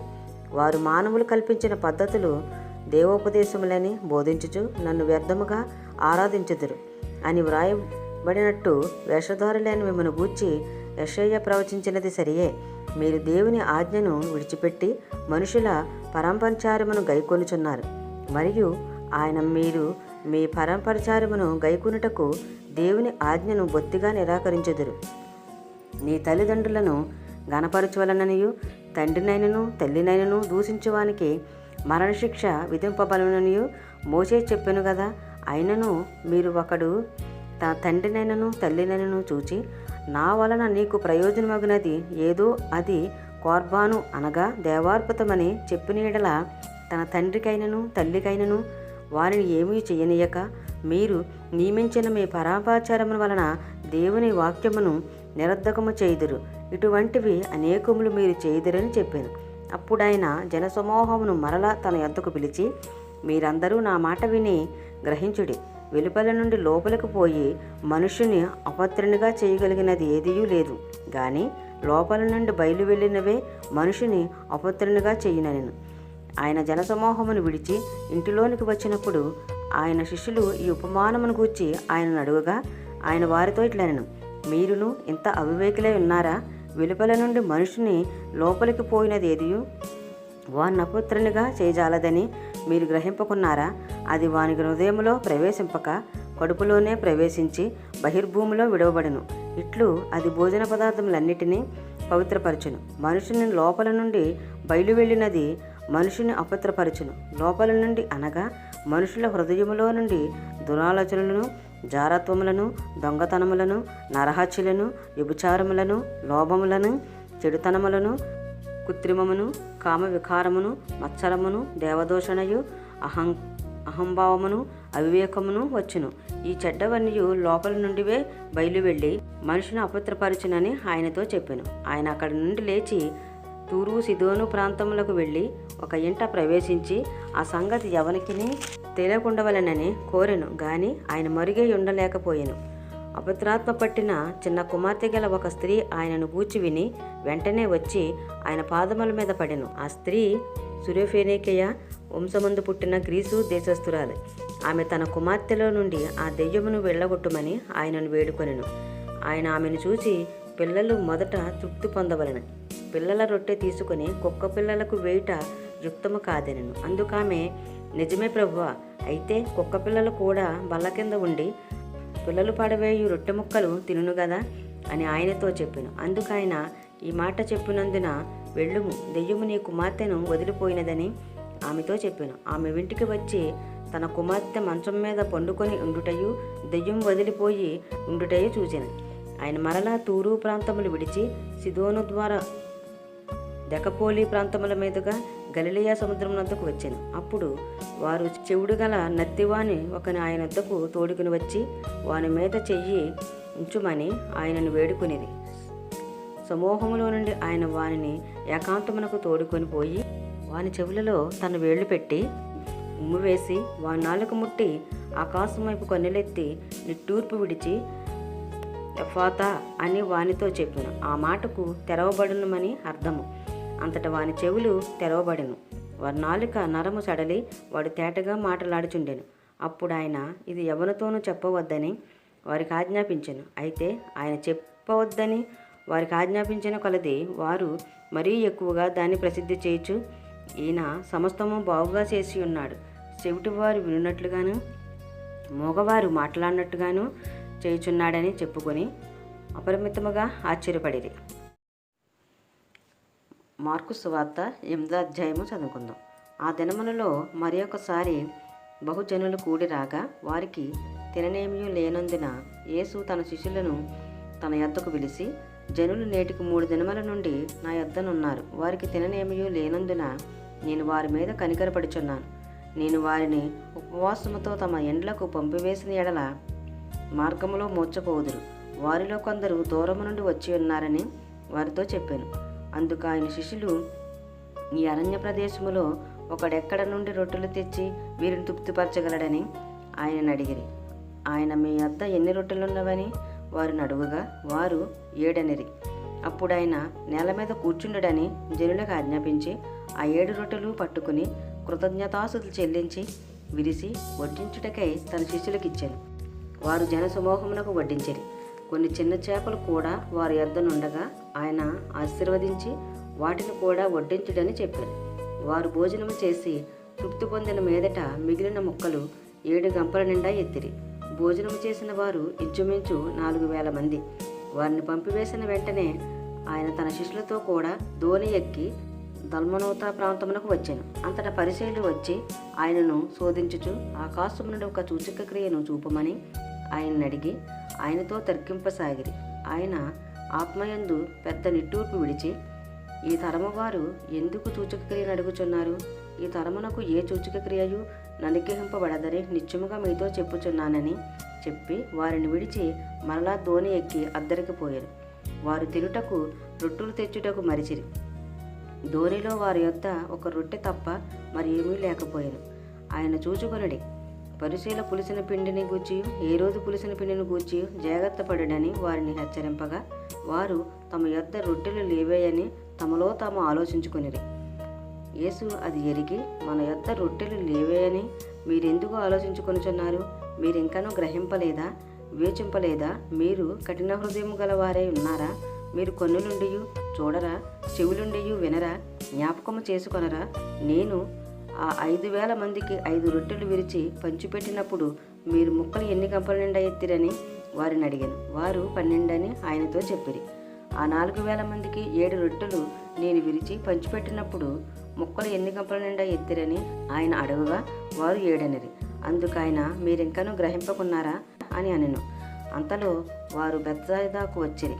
అప్పుడు అక్కడి వారు ఆయన వద్దకు ఒక గుడ్డివాణ్ణి తోడుకుని వచ్చి వాని ముట్టవలనని ఆయనను వేడుకొనిరి. ఆయన గుడ్డివాణ్ణి చెయ్యి పట్టుకుని ఊరి వెలుపలకు తోడుకుని పోయి వాని కన్నుల మీద ఉమ్మేసి వాని మీద చేతులుంచి, నీకేమైనాను కనబడుచున్నదా అని వాడిని అడుగుగా వాడు కన్నులెత్తి, మనుషులు నాకు కనబడుచున్నారు, వారు చెట్ల వలె నుండి నడుచుచున్నట్లుగా నాకు కనబడుచున్నారని. అంతటా ఆయన మరలా తన చేతులు వాని కన్నుల మీద నుంచగా వాడు తేరిచూచి కుదుర్చబడి సమస్తమును తేటగా చూడసాగాను. అప్పుడు యేసు, నీవు ఊరిలోనికి వెళ్ళవద్దని చెప్పి వాని ఇంటికి వాడిని పంపివేశాను. యేసు తన శిష్యులతో ఫిలిప్పుదైన కైసరియతో చేరిన గ్రామములకు బయలుదేరాను. మార్గములో నుండగా, నేను ఎవడనని జనులు చెప్పుచున్నారని తన శిష్యులను అడిగాను. అందుకు వారు, కొందరు బాప్తీసమిచ్చు యోహాను అనియు, కొందరు ఏలియా అనియు, మరికొందరు ప్రవక్తలలో ఒకడనియు చెప్పుకొనుచున్నారనిది. అందుకైనా మీరైతే నేను ఎవడనని చెప్పుచున్నారని వారిని అడుగుగా పేతురు, నీవు క్రీస్తువని ఆయనతో చెప్పాను. అప్పుడు తను గూర్చిన ఈ సంగతి ఎవరితోనూ చెప్పవద్దని ఆయన వారికి ఖండితముగా చెప్పాను. మరియు మనుష్య కుమారుడు అనేక హింసలు పొంది పెద్దల చేతను ప్రధాన యాజకుల చేతను శాస్త్రుల చేతను ఉపేక్షింపబడి చంపబడి 3 దినములైన తర్వాత లేచుట అగాధ్యమని ఆయన వారికి బోధింపనారంభించాను. ఆయన ఈ మాట బహిరంగముగా చెప్పాను. పేతురు ఆయన చెయ్యి పట్టుకుని ఆయనను గద్దింపసాగాను. అందుకైన తన శిష్యుల వైపు తిరిగి వారిని చూసి, సాతానా, నా వెనుకకు పొమ్ము, నీవు మనుషుల సంగతులను మనస్కరించుచున్నావు గాని దేవుని సంగతులను మనస్కరింపకున్నావని పేతురును గద్దించింది. అంతటా ఆయన తన శిష్యులను జనసమూహమును తన యొద్దకు పిలిచి, నన్ను వెంబడింపగోరువాడు తన్ను తాను ఉపేక్షించుకొని తన సిలువనెత్తుకొని నన్ను వెంబడింపవలను. తన ప్రాణమును రక్షించుకొనగోరువాడు దాన్ని పోగొట్టుకొనును. నా నిమిత్తమును సువార్త నిమిత్తమును తన ప్రాణమును పోగొట్టుకునివాడు దాన్ని రక్షించుకొనును. ఒకడు సర్వలోకమును సంపాదించుకొని తన ప్రాణమును పోగొట్టుకునుట వానికి ఏమి ప్రయోజనము? మనుష్యుడు తన ప్రాణముకు ప్రతిగా ఏమి ఇయ్యగలుగును? వ్యభిచారమును పాపమును చేయు ఈ తరము వారిలో నన్ను గూర్చియు నా మాటలను గూర్చియు సిగ్గుపడేవాడెవడో వానిని గూర్చి మనుష్య కుమారుడు తన తండ్రి మహిమ గలవాడే పరిశుద్ధ దూతలతో కూడా వచ్చినప్పుడు సిగ్గుపడినని చెప్పాను. మార్కు సువార్త 9వ అధ్యాయము చదువుకుందాం. మరియు ఆయన ఇక్కడ నిలుచున్న వారిలో కొందరు దేవుని రాజ్యము బలముతో వచ్చుట చూచే వరకు మరణము రుచి చూడరని నిత్యముగా మీతో చెప్పుచున్నానను. 6 దినములైన తర్వాత యేసు పేతురును యాకోబును యోహానును మాత్రము ఎంటబెట్టుకుని ఎత్తైన ఒక కొండ మీదకి ఏకాంతముగా వారిని తోడుకుని పోయి వారి ఎదుట రూపాంతరం పొందాను. అంతలో ఆయన వస్త్రములు ప్రకాశమానమైనవియు మిగుల తెల్లనివియు ఆయను. లోకమందు ఏ చాకలియును అంత తెల్లగా చలువ చేయలేడు. మరియు మోషేయు ఏలియాయు వారికి కనబడి యేసుతో మాట్లాడుచుండిరి. అప్పుడు పేతురు, బోధకుడా, మనమిక్కడ ఉండుట మంచిది. మేము నీకు ఒకటియు, మోషేకు ఒకటియు, ఏలియాకు ఒకటియు 3 పర్ణశాలలు కట్టుదమని చెప్పాను. వారు మిగిలి భయపడిరు గనుక తాను చెప్పవలసినదేదో అతనికి తెలియలేదు. మేఘమొకటి వచ్చి వారిని కమ్మగా ఈయన నా ప్రియ కుమారుడు, ఈయన మాట వినుడని ఒక శబ్దము ఆ మేఘములో నుండి పుట్టెను. వెంటనే వారు చుట్టూ చూచినప్పుడు తమ యొద్దనున్న యేసు తప్ప మరెవరునూ వారికి కనబడలేదు. వారు ఆ కొండ దిగి వచ్చుచుండగా మనుష్య కుమారుడు మృతులలో నుండి లేచినప్పుడే గాని అంతకుముందు మీరు చూచిన వాటిని ఎవరితోనూ చెప్పవద్దని ఆయన వారికి ఆజ్ఞాపించెను. మృతులలో నుండి లేచుట అనగా ఏమిటో అని వారు ఒకరితో ఒకడు తర్కించుచు ఆ మాట మనసునుంచుకొనిరి. వారు ఏలియా ముందుగా రావాలనని శాస్త్రులు చెప్పుచున్నారే, ఇది ఏమని ఆయన అడిగిరి. అందుకైన ఏలియా ముందుగా వచ్చి సమస్తమును చక్కపెట్టునన్న మాట నిజమే. అయినను మనుష్య కుమారుడు అనేక శ్రమలు పడి తృణీకరింపబడవలనని వ్రాయబడుట ఏమి? ఏలియా వచ్చిననియు అతని గూర్చి వ్రాయబడిన ప్రకారము వారు తమకిష్టం వచ్చినట్టు అతని ఎడల చేసిరనియు మీతో చెప్పుచున్నానని వారితో అనెను. వారు శిష్యుల యొద్దకు వచ్చి వారి చుట్టూ బహుజనులు కూడిండుటయు శాస్త్రులు వారితో తర్కించుటయో చూసిరి. వెంటనే జనసమూహం అంతయు ఆయనను చూచి మిగిలిన విభ్రాంతి నొంది ఆయన వద్దకు పరుగెత్తుకుని వచ్చి ఆయనకు వందనములు చేసిరి. అప్పుడాయన, మీరు దేని గూర్చి వారితో తర్కించుచున్నారని వారిని అడుగుగా, జనసమూహంలో ఒకడు, బోధకుడా, మోగదెయ్యము పట్టిన నా కుమారుని యొద్దకు తీసుకుని వచ్చితిని. అది ఎక్కడ వాని పట్టునో అక్కడ వానిని పడద్రోయును. అప్పుడు వాడు నొరగకు కార్చుకొని పండ్లు కొరుక్కొని మూర్చిల్లును. దాన్ని వెళ్ళగొట్టుడని నీ శిష్యులను అడిగితిని గాని అది వారి చేత కాలేదని ఆయనతో చెప్పాను. అందుకైన, విశ్వాసము లేని తరమవారులారా, నేను ఎంతకాలం మీతో నుందును? ఎంతవరకు మిమ్మల్ని సహింతును? వారిని నా యొద్దకు తీసుకుని రండని వారితో చెప్పగా వారు ఆయన యొద్దకు వారిని తీసుకుని వచ్చిరి. దెయ్యము ఆయనను చూడగానే వారిని విలవిలలాడించెను గనుక వాడు నేలపడి నురుగు కార్చుకొనుచు పొరలాడుచుండెను. అప్పుడాయన, ఇది వీనికి సంభవించి ఎంతకాలమైనదని వాని తండ్రిని అడుగుగా, అతడు బాల్యం నుండియే అది వాని నాశనము చేయవలనని తరచుగా అగ్నిలోనూ నీళ్లలోనూ పడద్రోయును. ఏమైనను నీ వలనైతే మా మీద కనికరపడి మాకు సహాయము చేయమనెను. అందుకు యేసు, నమ్ముట నీ వలనైతే నమ్మువారికి సమస్తము సాధ్యమే అని అతనితో చెప్పాను. వెంటనే ఆ చిన్న వాని తండ్రి, నమ్ముచున్నాను, నాకు అపనమ్మకం ఉండకుండా సహాయము చేయమని బిగ్గరగా చెప్పాను. జనులు గుంపు కూడి తన యొద్దకు పరుగెత్తుకొని వచ్చుట యేసు చూచి, మోగవైన చెవిటి దెయ్యమా, వానిని వదిలిపొమ్ము, ఇక వానిలో ప్రవేశింపవద్దని నీకు ఆజ్ఞాపించుచున్నానని చెప్పి ఆ అపత్రాత్మను గద్దించెను. అప్పుడు అది కేకవేసి వానిని ఎంతో విలవిలలాడించి వదిలిపోయాను. అంతటా వాడు చచ్చిన వాని వలె ఉండెను గనుక అనేకులు వాడు చనిపోయినని. అయితే యేసు వాడిని చెయ్యిపట్టి వాడిని లేవనెత్తగా వాడు నిలవబడెను. ఆయన ఇంటిలోనికి వెళ్ళిన తర్వాత ఆయన శిష్యులు, మేమెందుకు ఆ దెయ్యమును వెళ్ళగొట్టలేకపోతుమని ఏకాంతమున ఆయన అడిగిరి. అందుకైన, ప్రార్థన వలనే గాని మరి దేని వలనైనను ఈ విధమైనది వదిలిపోవట అసాధ్యమని వారితో చెప్పాను. వారు అక్కడి నుండి బయలుదేరి గలిలయ గుండా వెళ్ళుచుండిరి. అది ఎవనికిని తెలియట ఆయనకిష్టము లేకపోయిను. ఎలయనగా ఆయన తన శిష్యులకు బోధించుచు, మనుష్య కుమారుడు మనుషుల చేతికి అప్పగింపబడుచున్నాడు, వారు ఆయనను చంపెదరు, చంపబడిన 3 దినములకు ఆయన లేచునని వారితో చెప్పాను. వారు ఆ మాట గ్రహింపలేదు గాని ఆయన అడగ భయపడేది. అంతటా వారు కెపెర్నహూమునకు వచ్చిరి. వారు ఎవడు గొప్పవాడని మార్గమును ఒకనితో ఒకడు వాదించిరి గనుక ఆయన ఇంట ఉన్నప్పుడు, మార్గమున మీరు ఒకరితో ఒకరు దేనిని గూర్చి వాదించుచుంటిరని వారిని అడుగుగా వారు ఊరకుండిరి. అప్పుడు ఆయన కూర్చుండి 12 మందిని పిలిచి, ఎవడైనను మొదటి వాడై ఉండగోరిన యెడల వాడందరిలో కడపటివాడును, అందరికీ పరిచారకుడై ఉండవలెనని చెప్పి ఒక చిన్న బిడ్డను తీసుకుని వారి మధ్యను నిలవబెట్టి వారిని ఎత్తి కౌగిలించుకుని, ఇట్టి చిన్న బిడ్డలలో ఒకరిని నా పేరట చేర్చుకునివాడు నన్ను చేర్చుకొనును, నన్ను చేర్చుకునివాడు నన్ను కాక నన్ను పంపిన వారిని చేర్చుకొనునని వారితో చెప్పాను. అంతటా యోహాను, బోధకుడా, ఒకడు నీ పేరట దెయ్యములను వెళ్ళగొట్టుట చూచితిమి. వాడు మనలను వెంబడించువాడు కాడు గనుక వానిని ఆటంకపరిచితమని చెప్పాను. అందుకు యేసు, వాని ఆటంకపరచకుడి, నా పేరట అద్భుతము చేసి నన్ను చులకనగా నిందింపగలవాడెవడనూ లేడు. మనకు విరోధి కానివాడు మన పక్షముగా నున్నవాడే. మీరు క్రీస్తు వారని నా పేరట మీకు గిన్నెడు నీళ్లు త్రాగనిచ్చువాడు తనకు రావలసిన ఫలము పోగొట్టుకొనడని మీతో నిత్యముగా చెప్పుచున్నాను. నా యందు విశ్వాసముంచు ఈ చిన్నవారిలోనొకని అభ్యంతరపరచువాడెవడో వాడు మెడకు పెద్ద తిరగటి రాయి కట్టబడి సముద్రంలో పడవేయబడటం వానికి మేలు. నీ చెయ్యి నిన్ను అభ్యంతరపరిచిన ఎడల దానిని నరికివేయుము. నీవు 2 చేతులు కలిగి నరకములోని ఆరని అగ్నిలోనికి పోవుట కంటే అంగహీనుడై జీవములో ప్రవేశించుట మేలు. నీ పాదము నిన్ను అభ్యంతరపరిచిన ఎడల దానిని నరికివేయుము. 2 పాదములు కలిగి నరకములో పడవేయబడట కంటే గుడ్డివాడవే నిత్య జీవంలో ప్రవేశించుట మేలు. నీ కన్ను నిన్ను అభ్యంతరపరిచిన ఎడల దాన్ని తీసి పారవేయుము. 2 కన్నులు కలిగి నరకములో పడవేయబడుట కంటే ఒంటి కన్ను గలవాడవే దేవుని రాజ్యములో ప్రవేశించుట మేలు. నరకమున వారి పురుగు చావదు, అగ్ని ఆరదు. ప్రతివానికి ఉప్పు సారము అగ్ని వలన కలుగును. ఉప్పు మంచిదే గాని ఉప్పు నిస్సారమైన ఎడల దేని వలన మీరు దానికి సారము కలగజేతురు? మీలో మీరు ఉప్పు సారము గలవారై ఉండి ఒకరితో ఒకరు సమాధానముగా ఉండుడని చెప్పాను. మార్కు సువార్త 10వ అధ్యాయము చదువుకుందాం. ఆయన అక్కడ నుండి లేచి యూదయ ప్రాంతములకును యొర్దాను అద్దరికిని వచ్చెను. జన సమూహములు తిరిగి ఆయన వద్దకు కూడి వచ్చిరి. ఆయన తన వాడుకు చొప్పున వారికి మరలా బోధించుచుండెను.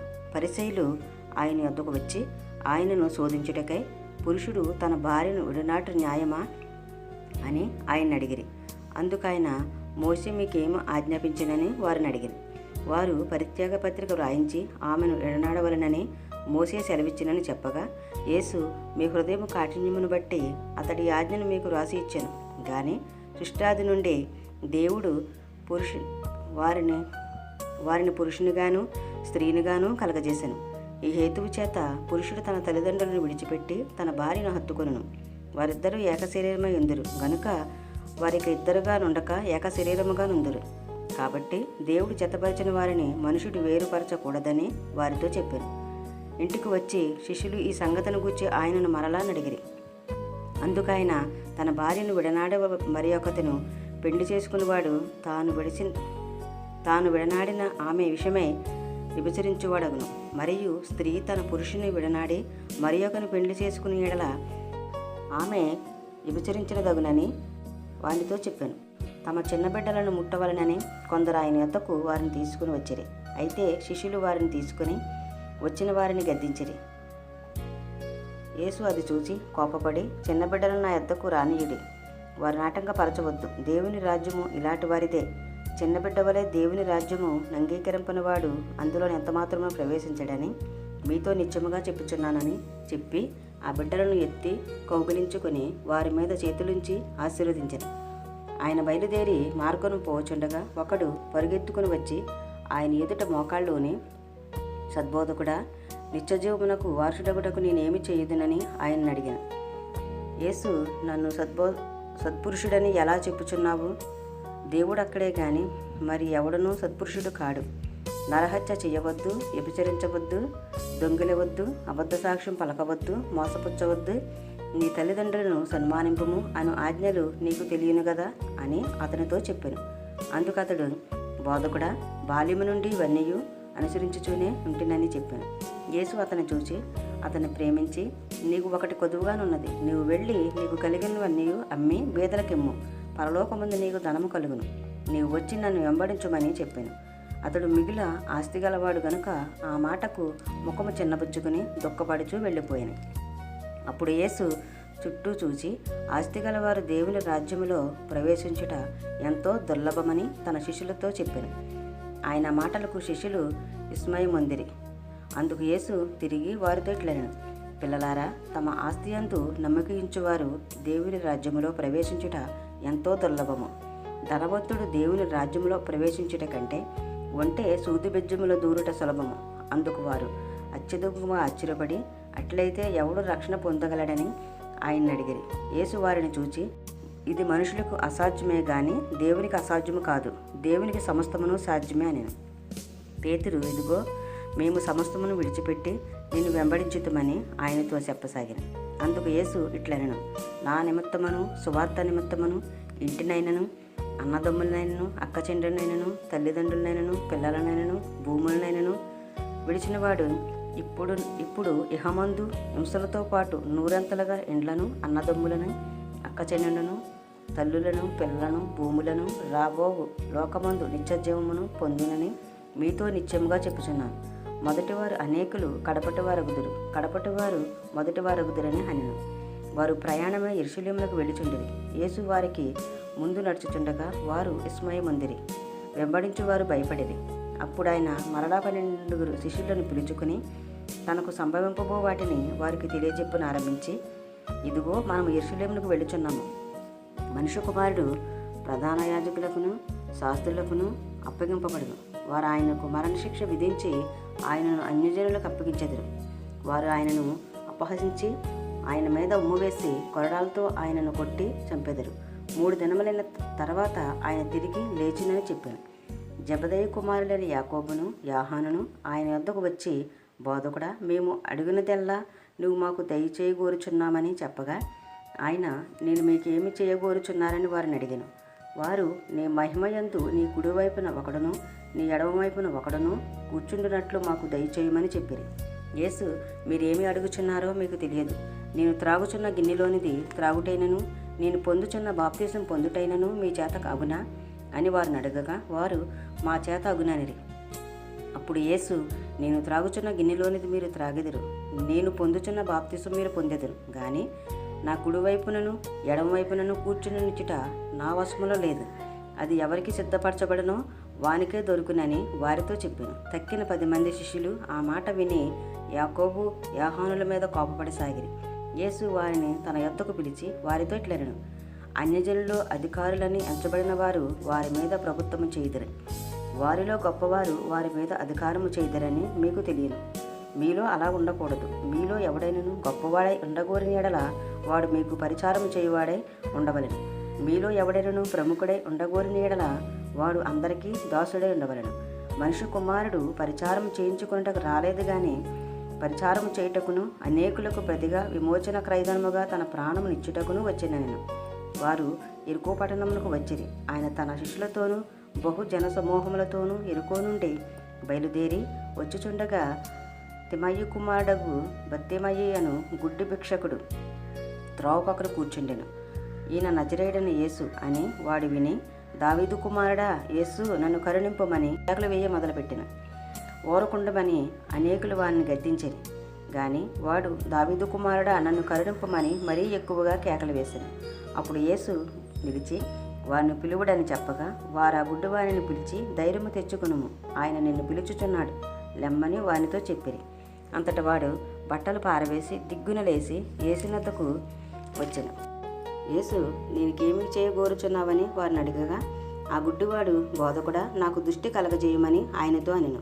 అందుకు యేసు, నీవు వెళ్ళుము, నీ శ్వాసము నిన్ను స్వస్థపరిచెనని చెప్పాను. వెంటనే వాడు త్రోవను ఆయన వెంట చూపు పొంది వెళ్ళెను. మార్కు సువార్త 11వ అధ్యాయం చదువుకుందాం. వారు యెరూషలేమునకు సమీపించి ఒలివల కొండ దగ్గరనున్న బెత్బగే బెతనియ అను గ్రామమునకు వచ్చినప్పుడు ఆయన తన శిష్యుల్లో 2 చూచి, మీ ఎదుటనున్న గ్రామమునకు వెళ్ళుడి. అందులో మీరు ప్రవేశింపగానే కట్టబడి ఉన్న ఒక గాడిద పిల్ల కనబడును. దాని మీద ఏ మనుషుడును ఎప్పుడునూ కూర్చుండలేదు. దానిని విప్పి తోలుకుని రండి. ఎవడైనను మీరెందుకు ఇలాగ చేయుచున్నారని మిమ్మల్ని అడిగిన ఎడల అది ప్రభువునకు కావలసినదని చెప్పుడి. తత్క్షణమే అతడు దానిని ఇక్కడికి తోలి పంపునని చెప్పి వారిని పంపెను. వారు వెళ్ళగా వీధిలో ఇంటి బయట తల వాకిట కట్టబడి ఉన్న గాడిద పిల్ల ఒకటి వారికి కనబడెను. దాన్ని విప్పుచుండగా అక్కడ నిలిచి ఉన్న వారిలో కొందరు, మీరేమి చేయుచున్నారు? గాడిద పిల్లను ఎందుకు విప్పుచున్నారని వారిని అడిగిరి. అందుకు శిష్యులు యేసు ఆజ్ఞాపించినట్టు వారితో చెప్పగా వారు పోనిచ్చిరి. వారు ఆ గాడిద పిల్లను యేసునద్దకు తోలుకుని వచ్చి తమ బట్టలు దానిపై వేయగా ఆయన దాని మీద కూర్చుండెను. అనేకులు తమ బట్టలను దారి పొడుగునను పరిచిరి. కొందరు తాము పొలములలో నరికిన కొమ్మలను పరిచిరి. మరియు ముందు వెళ్ళుచుండవారును వెనుక వచ్చుచుండిన వారును, జయము ప్రభువు పేరట వచ్చువాడు స్తుతింపబడునుగాక, వచ్చుచున్న మన తండ్రిన దావీదు రాజ్యము స్తుతింపబడునుగాక, సర్వోన్నతమైన స్థలంలో జయము అని కేకలు వేచుండిరి. ఆయన యెరూషలేమునకు వచ్చి దేవాలయంలో ప్రవేశించి చుట్టూ సమస్తమును చూసి సాయంకాలమైనందున 12 మందితో కూడా బెతనియాకు వెళ్ళెను. మరునాడు వారు బెతనియా నుండి వెళుచుండగా ఆయన ఆకలి కొని ఆకులు గల ఒక అంజూరపు చెట్టును దూరము నుండి చూచి దాని మీద ఏమైనను దొరుకునేమో అని వచ్చెను. దాని యొద్దకు వచ్చి చూడగా ఆకులు తప్ప మరి ఏమీ కనబడలేదు. ఎలయనగా అది అంజూరపు పండ్ల కాలము కాదు. అందుకైనా ఇక మీదట ఎన్నటికీ నీ పండు ఎవరునూ తినకుందురుగాక అని చెప్పాను. ఇది ఆయన శిష్యులు వినిరి. వారు యెరూషలేమునకు వచ్చినప్పుడు ఆయన దేవాలయంలో ప్రవేశించి దేవాలయంలో క్రయ విక్రయములు చేయు వారిని వెళ్ళగొట్టనారంభించెను. రోకలు మార్చు వారి బల్లలను, గువ్వలమ్ము వారి పీటలను పడదోసి దేవాలయము గుండా ఏ పాత్ర అయినను ఎవరిని తేనీయకుండెను. మరియు ఆయన బోధించుచు, నా మందిరము సమస్తమైన అన్యజనులకు ప్రార్థనా మందిరం అనబడను అని వ్రాయబడలేదా? అయితే మీరు దానిని దొంగల గుహగా చేసితిరనెను. శాస్త్రులను ప్రధాన యాజకులను ఆ మాట విని జనసమూహమంతియు ఆయన బోధకు బహుగా ఆశ్చర్యపడుట చూచి ఆయనకు భయపడి ఆయన ఎలాగ సంహరించుదుమా అని సమయము చూచుచుండిరి. సాయంకాలమైనప్పుడు ఆయన పట్టణములో నుండి బయలుదేరెను. ప్రొద్దున వారు మార్గమున పోవుచుండగా ఆ అంజూరపు చెట్టు వేళ్లు మొదలుకొని ఎండియుండుట చూసిరి. అప్పుడు పేతురు ఆ సంగతి జ్ఞాపకముకు తెచ్చుకొని, బోధకుడా, ఇదిగో నీవు చెప్పించిన అంజూరపు చెట్టు ఎండిపోయినని ఆయనతో చెప్పాను. అందుకు యేసు వారితో ఇట్లనెను, మీరు దేవుని యందు విశ్వాసముంచుడి. ఎవడైనను ఈ కొండను చూచి నువ్వు ఎత్తబడి సముద్రములో పడవేయబడమని చెప్పి తన మనసులో సందేహింపక తాను చెప్పినది జరుగునని నమ్మిన ఎడల వాడు చెప్పినది జరుగునని మీతో నిత్యముగా చెప్పుచున్నాను. అందుచేత ప్రార్థన చేయనప్పుడు మీరు అడుగుచున్న వాటి నెలను పొంది ఉన్నామని నమ్ముడి, అప్పుడు అవి మీకు కలిగినని మీతో చెప్పుచున్నాను. మీకు ఒకరి మీద విరోధం ఏమైనను కలిగి ఉన్న ఎడల మీరు నిలవబడి ప్రార్థన చేయనప్పుడు ఎల్లను వారిని క్షమించుడి. అప్పుడు పరలోకముందున్న మీ తండ్రియు మీ పాపములు క్షమించును. వారు యెరూషలేమునకు తిరిగి వచ్చిరి. ఆయన దేవాలయంలో తిరుగుచుండగా ప్రధాన యాజకులను, శాస్త్రులను, పెద్దలను ఆయన వద్దకు వచ్చి, నీవు ఏ అధికారము వలన ఈ కార్యములు చేయుచున్నావు? వీటిని చేయుట ఈ అధికారము నీకు ఎవడిచ్చినని అడిగిరి. అందుకు యేసు, నేనును మిమ్మల్ని ఒక మాట అడిగేదను, నాకు ఉత్తరమియుడి. అప్పుడు నేను ఏ అధికారం వలన వీటిని చేయుచున్నానో అది మీతో చెప్పుదును. యోహాను ఇచ్చిన బాప్తిస్మము పరలోకము నుండి కలిగినదా, మనుషుల నుండి కలిగినదా? నాకు ఉత్తరమియుడని చెప్పాను. అందుకు వారు, మనము పరలోకము నుండి కలిగినదని చెప్పిన యెడల ఆయన అలాగైతే మీరు ఎందుకు అతను నమ్మలేదని అడుగును. మనుషుల వలన కలిగిందని చెప్పుదుమా అని తమలో తాము ఆలోచించుకునేది. కానీ అందరూ యోహాను నిజంగా ప్రవక్తయని ఎంచిరి గనుక ప్రజలకు భయపడి ఆ సంగతి మాకు తెలియదని యేసునకు ఉత్తరమిచ్చిరి. అందుకు యేసు, ఏ అధికారం వలన ఈ కార్యములు చేయుచున్నానో అదియో నేను మీతో చెప్పనెను. మార్కు సువార్త 12వ అధ్యాయము చదువుకుందాం. ఆయన ఉపమాన రీతిగా వారికి బోధింపనారంభించెను. ఎట్లనగా, ఒక మనుషుడు ద్రాక్ష తోట నాటించి దాని చుట్టూ కంచి వేయించి ద్రాక్షల తొట్టి తొలిపించి గోపురము కట్టించి కాపులకు దానిని గుత్తకిచ్చి దేశాంతరం పోయెను. పంటకాలమందు ఆ కాపుల నుండి ద్రాక్ష తోట పండ్లలో తన భాగము తీసుకుని వచ్చుటకు కాపుల యొద్దకు అతడు ఒక దాసుని పంపగా వారు వారిని పట్టుకుని కొట్టి ఒట్టి చేతులతో పంపివేసిరి. మరలా అతడు మరి ఒక దాసుని వారి యొద్దకు పంపగా వారు వాని తల గాయము చేసి అవమానపరిచిరి. అతడు మరి ఒకరిని పంపగా వారిని చంపిరి. అతడింకా అనేకులను పంపగా వారు కొందరిని కొట్టిరి, కొందరిని చంపిరి. ఇంకను అతనికి ప్రియ కుమారుడు ఒకడుండెను గనుక వారు తన కుమారుని సన్మానించదురనుకుని తుతుకు వారి యొద్దకు అతడిని పంపెను. అయితే ఆ కాపులు, ఇతడు వారసుడు, ఇతను చంపుదము రండి, అప్పుడు స్వాస్థ్యము దగునని తమలో తాము చెప్పుకునిరి. అతన్ని పట్టుకుని చంపి ద్రాక్ష తోట వెలుపల పారవేసిరి. కావున ఆ ద్రాక్ష తోట యజమానుడు ఏమి చేయును? అతడు వచ్చి ఆ కాపులను సంహరించి ఇతరులకు ఆ ద్రాక్ష తోట ఇచ్చును గదా.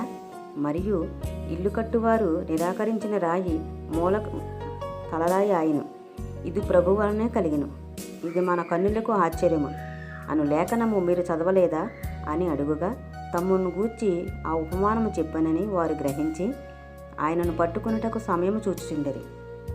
గాని జనసమూహమునకు భయపడి ఆయనను విడిచిపోయిరి. వారు మాటలలో ఆయనను చిక్కుపరచవలనని పరిసయ్యులను, హేరోదీయులను కొందరిని ఆయన వద్దకు పంపిరి. వారు వచ్చి, బోధకుడా, నీవు సత్యవంతుడువు, నీవు ఎవరిని లక్ష్య పెట్టని వాడవని మేము ఎరుగుదుము. నీవు మోమాటము లేనివాడవై దేవుని మార్గము సత్యముగా బోధించువాడవు. కైసరుకు పన్నిచ్చుట న్యాయమా కాదా? ఇచ్చేదమా ఇయ్యకుందమా అని ఆయన అడిగిరి. ఆయన వారి వేషధారను ఎరిగి, మీరు నన్ను ఎందుకు శోధించుచున్నారు? ఒక దేనారం నా యొద్దకు తెచ్చి చూపుడని వారితో చెప్పాను. వారు తెచ్చిరి. ఆయన ఈ రూపమును పై వ్రాతయు ఎవరమని వారిని అడుగుగా వారు కైసరువి అనిది. అందుకు యేసు, కైసరువి కైసరునకును, దేవునికిని చెల్లించుడని వారితో చెప్పగా వారు ఆయనను గూర్చి బహుగా ఆశ్చర్యపడిరి.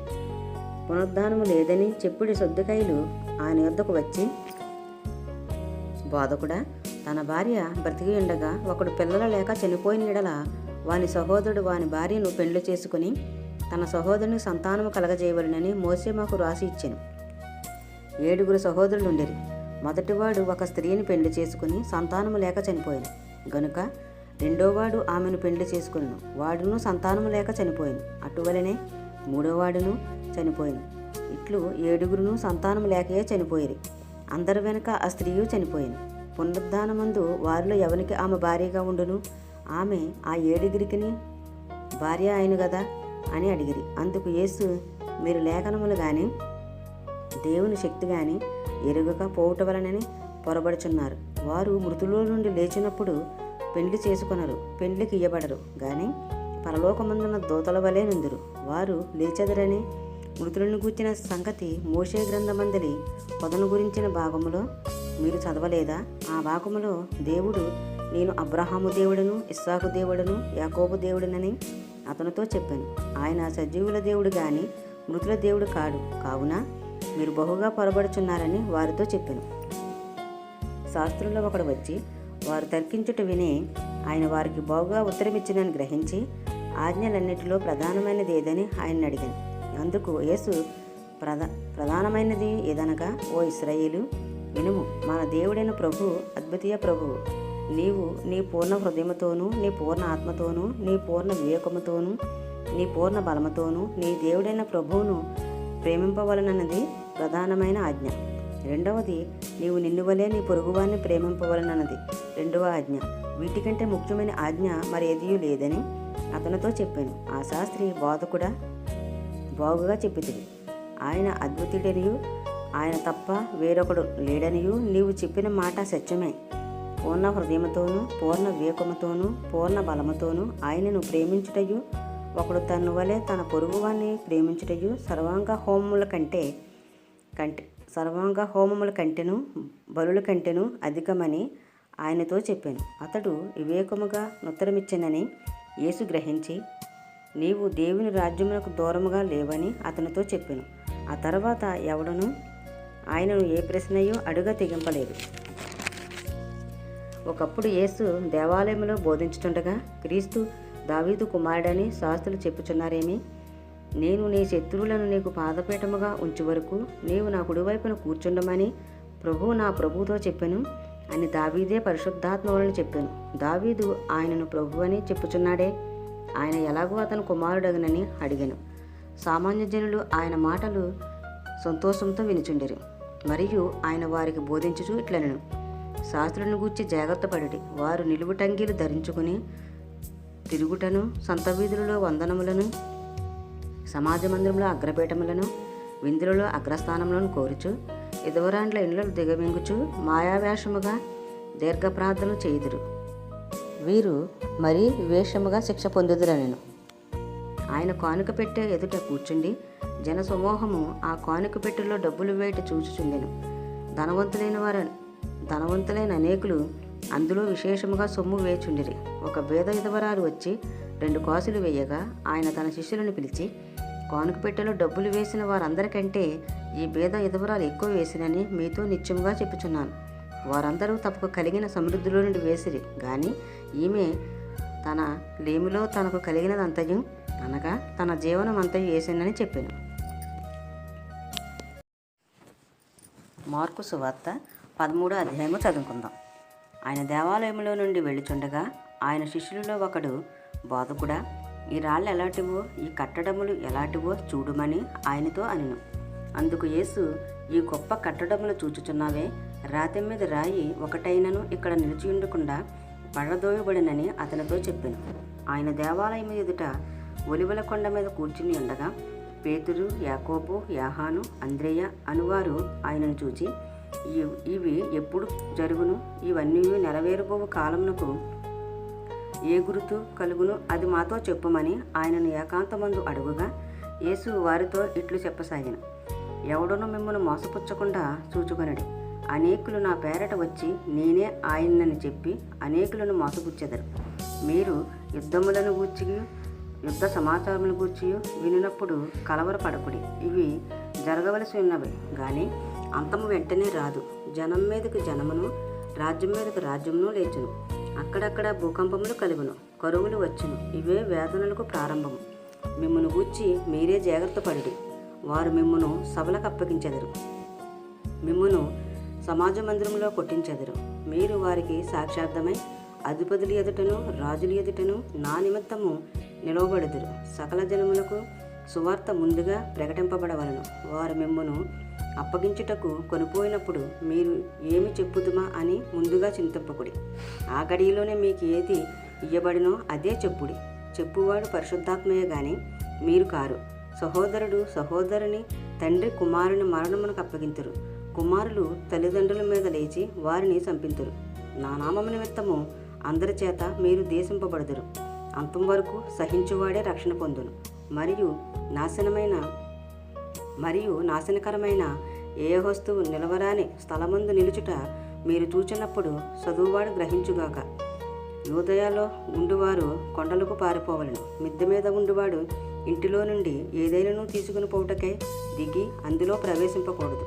పొలములో ఉండువాడు తన వస్త్రము తీసుకుని పోవుటకు ఇంటిలోనికి తిరిగి రాకూడదు.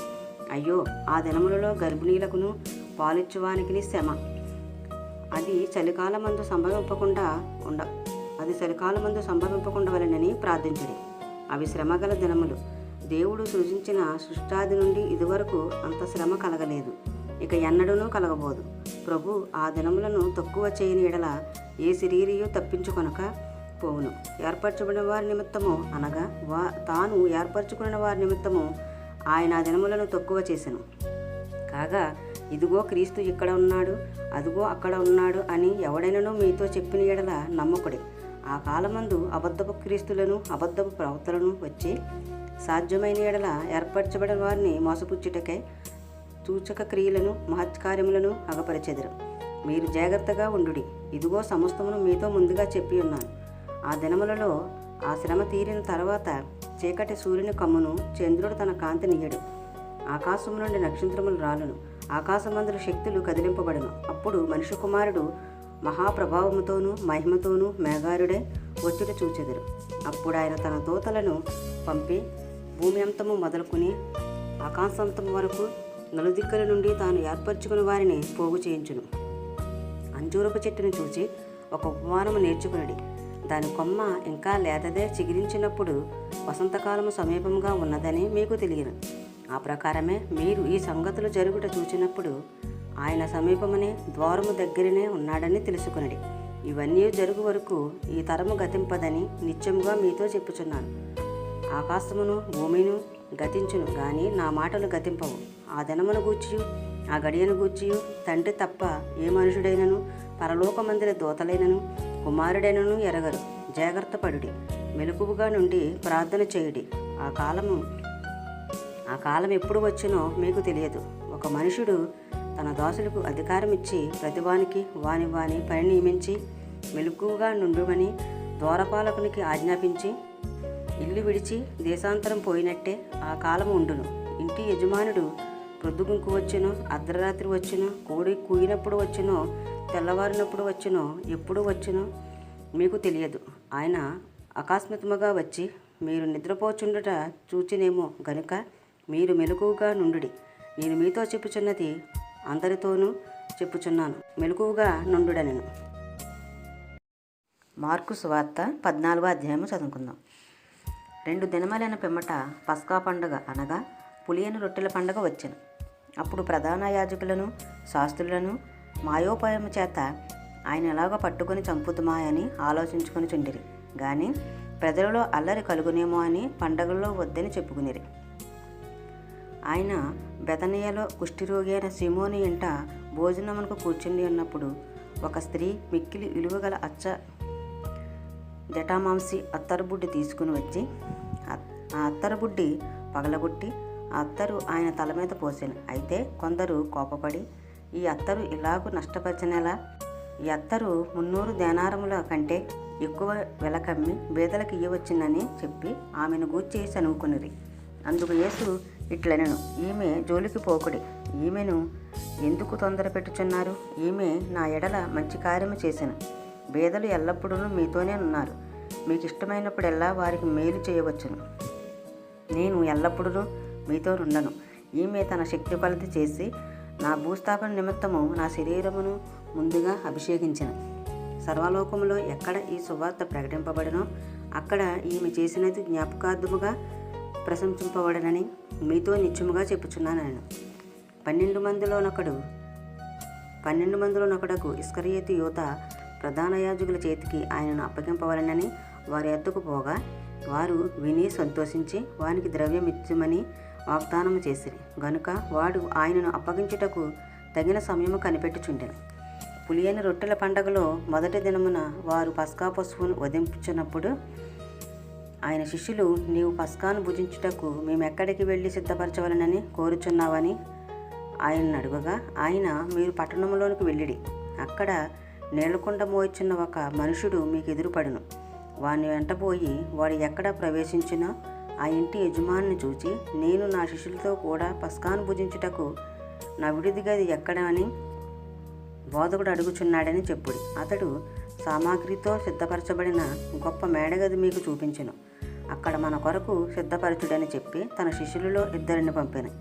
శిష్యులు వెళ్ళి పట్టణంలోనికి వచ్చి ఆయన వారితో చెప్పినట్టు కనుగొని పస్కాను సిద్ధపరిచిరి. సాయంకాలమైనప్పుడు ఆయన తన 12 మంది శిష్యులతో కూడా వచ్చెను. వారు కూర్చుండి భోజనము చేయుచుండగా యేసు, మీలో ఒకడు అనగా నాతో భుజించుచున్నవాడు నన్ను అప్పగించునని నిత్యముగా మీతో చెప్పుచున్నానని వారితో చెప్పగా, వారు దుఃఖపడి, నేనా అని ఒకరిని తర్వాత ఒకడు ఆయన అడగసాగిరి.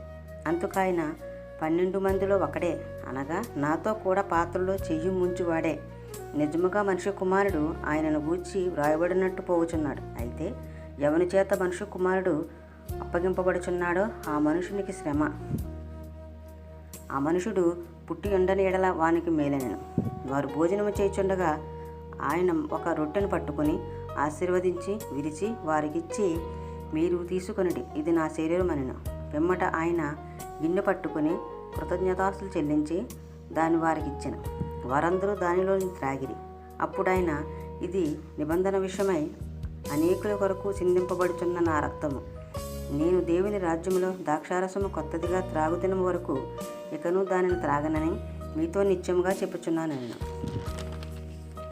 అంతట వారు కీర్తన పాడి ఒలీవల కొండకు వెళ్ళిరి. అప్పుడు యేసు వారిని చూచి, మీరందరూ అభ్యంతరపడిదరు. గొర్రెల కాపరిని కొట్టుదును, గొర్రెలు చెదిరిపోవును అని వ్రాయబడినది కదా. అయితే నేను లేచిన తర్వాత మీకంటే ముందుగా గలిలయలోనికి వెళ్ళేదనను. అందుకు పేతురు, అందరూ అభ్యంతరపడినను నేను అభ్యంతరపడనని ఆయనతో చెప్పగా, యేసు అతన్ని చూచి, నేటి రాత్రి కోడి 2 మారులు కుయ్యకమునిపే నీవు నన్ను ఎరగనని 3 మారు చెప్పెదవని నీతో నిత్యముగా చెప్పుచున్నానను. అతడు మరి ఖండితముగా, నేను నీతో కూడా సావలసి వచ్చినను నిన్ను ఎరగనని చెప్పనను. అట్లు వారందరూ అనిరి. వారు గెత్సేమనే అనబడిన చోటునకు వచ్చినప్పుడు ఆయన, నేను ప్రార్థన చేసి వచ్చే వరకు మీరిక్కడ కూర్చుండని తన శిష్యులతో చెప్పి పేతురును, యాకోబును, యాహానును వెంటబెట్టుకుని పోయి మిగిలిన విభ్రాంతి నొందుటకును చింతాకాంతుడగుటకును ఆరంభించెను. అప్పుడాయన, నా ప్రాణము మరణమగునంతగా దుఃఖములో మునిగి ఉన్నది, మీరిక్కడ ఉండి మెలకువగా నుండుడని వారితో చెప్పి కొంత దూరము సాగిపోయి నేల మీద పడి, సాధ్యమైతే ఆ గడియ తన యొద్ద నుండి తొలగిపోవాలనని ప్రార్థించుచు, నాయనా తండ్రి, నీకు సమస్తమును సాధ్యము, ఈ గిన్నె నా యొద్ద నుండి తొలగించుము, అయినను నా ఇష్ట ప్రకారము కాదు, నీ చిత్త ప్రకారమే కానిమ్ము అనెను. మరలా ఆయన వచ్చి వారు నిద్రించుచుండట చూచి, సీమోను, నీవు నిద్రించుచున్నావా? ఒక్క గడియను మేలుకొని ఉండలేవా? మీరు శోధనలో ప్రవేశించుకున్నట్లు మెలకుగా నుండి ప్రార్థన చేయడి. ఆత్మసిద్ధమే గాని శరీరం బలహీనమని పేతురుతో చెప్పి తిరిగిపోయి ఇంతకు ముందు పలికిన మాటలనే పలుకుచూ ప్రార్థించెను. ఆయన తిరిగి వచ్చి చూడగా వారు నిద్రించుచుండిరి. ఎలయనగా వారి కన్నులు భారముగా ఉండెను. ఆయనకేమీ ఉత్తరం ఇవ్వవలనో వానికి తోచలేదు. ఆయన 3వసారి వచ్చి, మీరిక నిద్రపోయి అలసట తీర్చుకునిడి, ఇక చాలును, గడియ వచ్చినది. ఇదిగో మనిషి కుమారుడు పాపుల చేతికి అప్పగింపబడుచున్నాడు. లెండి వెళ్ళుదము, ఇదిగో నన్ను అప్పగించువాడు సమీపించి ఉన్నాడని చెప్పాను. వెంటనే ఆయన ఇంకాను మాట్లాడుచుండగా 12 మంది శిష్యులలో ఒక్కడైన ఇస్కరియోతు యూదా వచ్చెను. వానితో కూడా బహుజనులు కత్తులు గుదియులు పట్టుకుని ప్రధాన యాజకుల యొద్ద నుండి, శాస్త్రుల యొద్ద నుండి, పెద్దల యొద్ద నుండి వచ్చిరి. ఆయనను అప్పగించువాడు నేనెవరిని ముద్దు పెట్టుకునేందునో ఆయనే యేసు, ఆయనను పట్టుకుని భద్రముగా కొనిపోవుడని వారికి గుర్తు చెప్పి ఉండెను. వాడు వచ్చి వెంటనే ఆయన వద్దకు పోయి, బోధకుడా అని చెప్పి ఆయనను ముద్దు పెట్టుకొనగా వారు ఆయన మీద పడి ఆయన పట్టుకునిరి. దగ్గర నిలిచి ఉన్నవారిలో ఒకడు కత్తి దూసి ప్రధాన యాజకుని దాసుని కొట్టి వాని చెవి నరికెను. అందుకు యేసు, మీరు బందిపోటు దొంగ మీదకు వచ్చినట్టు కత్తులతోనూ గుదియలతోనూ నన్ను పట్టుకొని వచ్చిదిరా. నేను ప్రతిదినము దేవాలయంలో మీ వద్ద నుండి బోధించుచుండగా మీరు నన్ను పట్టుకొనలేదు. అయితే లేఖనములు నెరవేరినట్లు ఇలాగ జరుగుచున్నదని చెప్పాను. అప్పుడు వారందరూ ఆయనను విడిచి పారిపోయిరి. తన దిగంబర శరీరం మీద నారబట్ట వేసుకుని ఒక పడుచువాడు ఆయన వెంట వెళ్ళుచుండగా వారు అతనిని పట్టుకునేది. అతడు నారబట్ట విడిచి దిగంబరుడై పారిపోయాను. వారు యేసును ప్రధాన యాజకుల వద్దకును తీసుకుని పోయిరి. ప్రధాన యాజకులు, పెద్దలు, శాస్త్రులు అందరూ అతనితో కూడా వచ్చిరి. పేతురు ప్రధాన యాజకుని ఇంటి ముంగిటి వరకు దూరము నుండి ఆయనను వెంటపోయి బొంట్రోతులతో కూడా కూర్చుండి మంట యొద్ద చలి కాచుకుని చుండెను. ప్రధాన యాజకులను, మహాసభ వారందరూ యేసును చంపింపవలనని ఆయన మీద సాక్ష్యం వెతికిరి గాని ఏమీ వారికి దొరకలేదు. అనేకులు ఆయన మీద అబద్ధ సాక్ష్యం పలికినను వారి సాక్ష్యములు ఒకదానికొకటి సరిపడలేదు. అప్పుడు కొందరు లేచి, చేతి పని అయిన ఈ దేవాలయమును పడగొట్టి 3 దినములలో చేతి పని కాని మరి ఒక దేవాలయమును నేను కట్టుదునని వీడు చెప్పుచుండగా వింటుమని ఆయన మీద అబద్ధ సాక్ష్యము చెప్పిరి.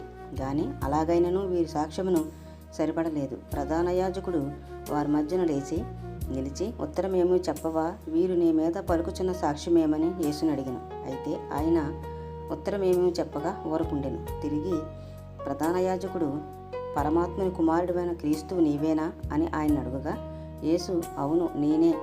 మీరు మనుష్య కుమారుడు సర్వశక్తిమంతుని కుడిపార్శ్వమున కూర్చుండుటయు ఆకాశమేఘారుడై వచ్చుటయు చూచెదరని చెప్పాను. ప్రధాన యాజకుడు తన వస్త్రములు చింపుకొని, మనకు ఇక సాక్షులతో పని ఏమి? ఈ దేవదూషణ మీరు విన్నారు కారా? మీకేమి తోచుచున్నదని అడుగుగా వారందరూ మరణముకు పాత్రుడని ఆయన మీద నేరస్థాపన చేసిరి. కొందరు ఆయన మీద ఉమ్ము వేసి ఆయన ముఖమునకు ముసుగు వేసి ఆయనను గుద్దుచు ప్రవచింపమని ఆయనతో చెప్పసాగిరి. బొంట్రోతులను ఆయనను అరిచేతులతో కొట్టి పట్టుకునిరి. పేతురు ముంగిటి క్రింద భాగంలో ఉండగా ప్రధాన యాజకుని పనికెత్తులలో ఒకటి వచ్చి పేతురు చలి కాచుకుంటుండట చూచెను. అతని నిదానించి చూచి, నీవును నజరేయుడగు ఆ యేసుతో కూడా ఉండినవాడవు కావా అనెను. అందుకతడు, ఆయన ఎవడో నేను ఎరగను, నీవు చెప్పినది నాకు బోధపడలేదని చెప్పి నడవలోనికి వెళ్ళాను. అంతటా కోడి కూసెను. ఆ పనికెత్తే అతన్ని చూచి, వీడు వారిలో ఒకడని దగ్గర నిల్చున్న వారితో మరలా చెప్పసాగాను. అతడు మరలా నేను కానెనెను. కొంతసేపు అయిన తర్వాత దగ్గర నిల్చున్నవారు మరలా పేతురుని చూచి, నిజముగా నీవు వారిలో ఒకడవు, నీవు గలిలయుడవు కదా అనిరి. అందుకతడు, మీరు చెప్పుచున్న మనుషుని నెరగనని చెప్పి శపించుకునుటకును వెట్టు పెట్టుకునుటకును మొదలుపెట్టాను. వెంటనే 2వ మారు కోడి కూసాను. గనుక కోడి 2 మారులు కుయ్యకు మునుపు నీవు నన్ను ఎరగనని ముమ్మారు చెప్పేదవని యేసు తనతో చెప్పిన మాట పేతురు జ్ఞాపకమునకు తెచ్చుకుని తలపోయుచు ఏడ్చెను.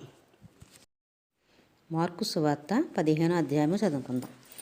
ఉదయం కాగానే ప్రధాన యాజకులను, పెద్దలను, శాస్త్రులను, మహాసభ వారందరూ కలిసి ఆలోచన చేసి యేసును బంధించి తీసుకుని పోయి పిలాతునకు అప్పగించిరి. పిలాతు, యూదుల రాజువు నీవేనా అని ఆయనను అడుగగా ఆయన నీవన్నట్టే అని అతనితో చెప్పాను. ప్రధాన యాజకులు ఆయన మీద అనేకమైన నేరములు మోపగా పిలాతు ఆయనను చూచి, మరలా నీవు ఉత్తరం ఏమీ చెప్పవా? నీ మీద వీరెన్నెన్ని నేరములు మోపుచున్నారో చూడుమనెను. అయినను యేసు మరి ఏ ఉత్తరము చెప్పలేదు గనుక పిలాతు ఆశ్చర్యపడెను. ఆ పండుగలో వారు కోరుకున్న ఒక ఖైదీని పిలాతు విడిపించువాడు. అధికారులను ఎదిరించి కలహములో నరహత్య చేసిన వారితో కూడా బంధించబడిన ఇండిన బరబ్బా అని ఒకడుండెను. జనులు గుంపుగా కూడివచ్చి అతడు అది వరకు తమకు చేచూ వచ్చిన ప్రకారము చేయవలనని అడుగుగా ప్రధాన యాజకులు అసూయ చేత యేసును అప్పగించిరని పిలాతు తెలుసుకుని, నేను యూదుల రాజును మీకు విడుదల చేయగోరుచున్నారా అని అడిగాను. అతడు బరబ్బాను తమకు విడుదల చేయవలనని జనులు అడుగుకొనున్నట్లు ప్రధాన యాజకులు వారిని ప్రేరేపించిరి. అందుకు పిలాతు, అలాగైతే యూదుల రాజుని మీరు చెప్పువాని నేనేమి చేయుదునని మరలా వారిని అడిగిన.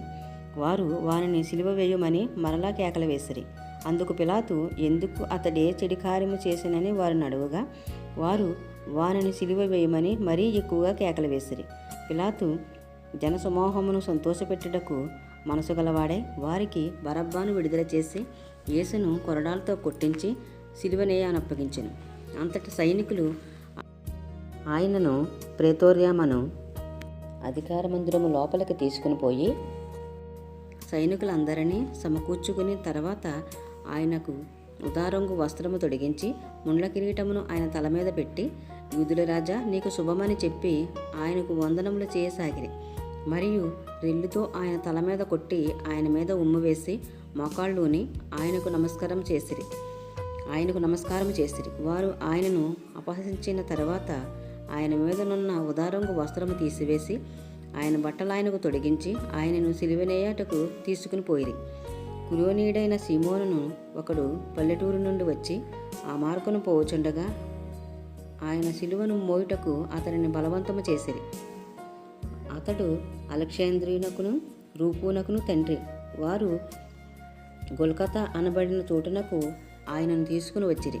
గొల్గొతా అనగా కపాల స్థలమని అర్థము. అంతటా బోళము కలిపిన ద్రాక్షరసము ఆయనకిచ్చిరి గాని ఆయన దాన్ని పుచ్చుకొనలేదు. వారు ఆయనకు సిలువ వేసి ఆయన వస్త్రముల భాగము ఎవనికి రావాలనో చీట్లు వేసి వాటిని పంచుకొనిరి. ఆయన సిలువ వేసినప్పుడు పగలు 9 గంటలాయెను. మరియు యూదుల రాజైన యేసు అని ఆయన మీద మోపబడిన నేరమును వ్రాసి పైగా నుంచిరి. మరియు కుడివైపున ఒకరిని ఎడమవైపు ఒకరిని 2 బందిపోటు దొంగలను ఆయనతో కూడా సిలువ వేసిరి. అప్పుడు ఆ మార్గమున వెళుచున్న వారు తమ తలలూచుచు, ఆహా, దేవాలయమును పడగొట్టి 3 దినములలో కట్టువాడా, సిలువ మీద నుండి దిగి నిన్ను నీవే రక్షించుకొనమని చెప్పి ఆయనను దూషించిరి. అట్లు శాస్త్రులను ప్రధాన యాజకులను అపహాస్యము చేయొచ్చు. వీడితరులను రక్షించను, తన్ను తాను రక్షించుకొనలేడు. ఇశ్రాయేలు రాజుకు క్రీస్తు ఇప్పుడు సిలువ మీద నుండి దిగి రావచ్చును. అప్పుడు మనము చూచి నమ్ముదుమని ఒకరితో ఒకరు చెప్పుకునిరి. ఆయనతో కూడా సిలువ వేయబడిన వారు ఆయనను నిందించిరి. మధ్యాహ్నం మొదలుకొని 3 గంటల వరకు ఆ దేశమంతటను చీకటి కమ్మెను. 3 గంటలకు యేసు ఎలోయి ఎలోయి లామా సబక్తాని అని బిగ్గరగా కేకవేశాను. ఆ మాటకు నా దేవా నా దేవా నన్ను ఎందుకు చెయ్యి విడిచితువని అర్థము. దగ్గర నిలిచిన వారిలో కొందరు ఆ మాటలు విని, అదిగో ఏలియాని పిలుచుచున్నాడనిరి. ఒకడు పరిగెత్తిపోయి ఒక స్వాంజీ చెరకలో ముంచి రిల్లును తగిలించి ఆయనకు త్రాగనిచ్చి త్రాలుడి, ఏలియా వీని దింపవచ్చునేమో చూద్దుమనెను. అంతటా యేసు గొప్ప కేక వేసి ప్రాణం విడిసెను. అప్పుడు దేవాలయపు తెర పైనుండి కింద వరకు 2గా చినిగాను. ఆయనకెదురుగా నిలిచి ఉన్న శతాధిపతి ఆయన ఇలాగ ప్రాణం విడుచుట చూచి, నిజముగా ఈ మనుషుడు దేవుని కుమారుడే అని చెప్పెను. కొందరు స్త్రీలు దూరం నుండి చూచుచుండిరి. వారిలో మగ్దలేని మరియయు, చిన్న యాకోబు, యోషే అని వారి తల్లి అని మరియయు, సెలోమేయు ఉండిరి. ఆయన గలిలీలో ఉన్నప్పుడు వీరు ఆయనను వెంబడించి ఆయనకు పరిచర్య చేసిన వారు. వీరు కాక ఆయనతో యెరూషలేమునకు వచ్చిన ఇతర స్త్రీల అనేకులను వారిలో ఉండిరి. ఆ దినము సిద్ధపరచు దినము, అనగా విశ్రాంతి దినమునకు పూర్వదినము గనుక సాయంకాలమైనప్పుడు అరిమతయ యోసేపు తెగించి పిలాతునొద్దకు వెళ్ళి యేసు దేహము తనకిమ్మని అడిగాను. అతడు ఘనత వహించిన ఒక సభ్యుడై దేవుని రాజ్యము కొరకు ఎదురు చూచువాడు. పిలాతు ఆయన ఇంతలోనే చనిపోయినా అని ఆశ్చర్యపడి ఒక శతాధిపతిని తన యొద్దకు పిలిపించి ఆయన ఇంతలోనే చనిపోయినా అని అతన్ని అడిగాను. శతాధిపతి వలన సంగతి తెలుసుకుని యేసేపునకు ఆ శవమును అప్పగించాను. అతడు నారబట్టకొని ఆయనను దింపి ఆ బట్టలో చుట్టి బండలో తొలిపించిన సమాధి యందు అతన్ని పెట్టి ఆ సమాధి ద్వారమునకు రాయి పొర్లించెను. మగ్దలేని మరియయు, యేసే తల్లి అయిన మరియయు ఆయన ఉంచబడిన చోటు చూసిరి.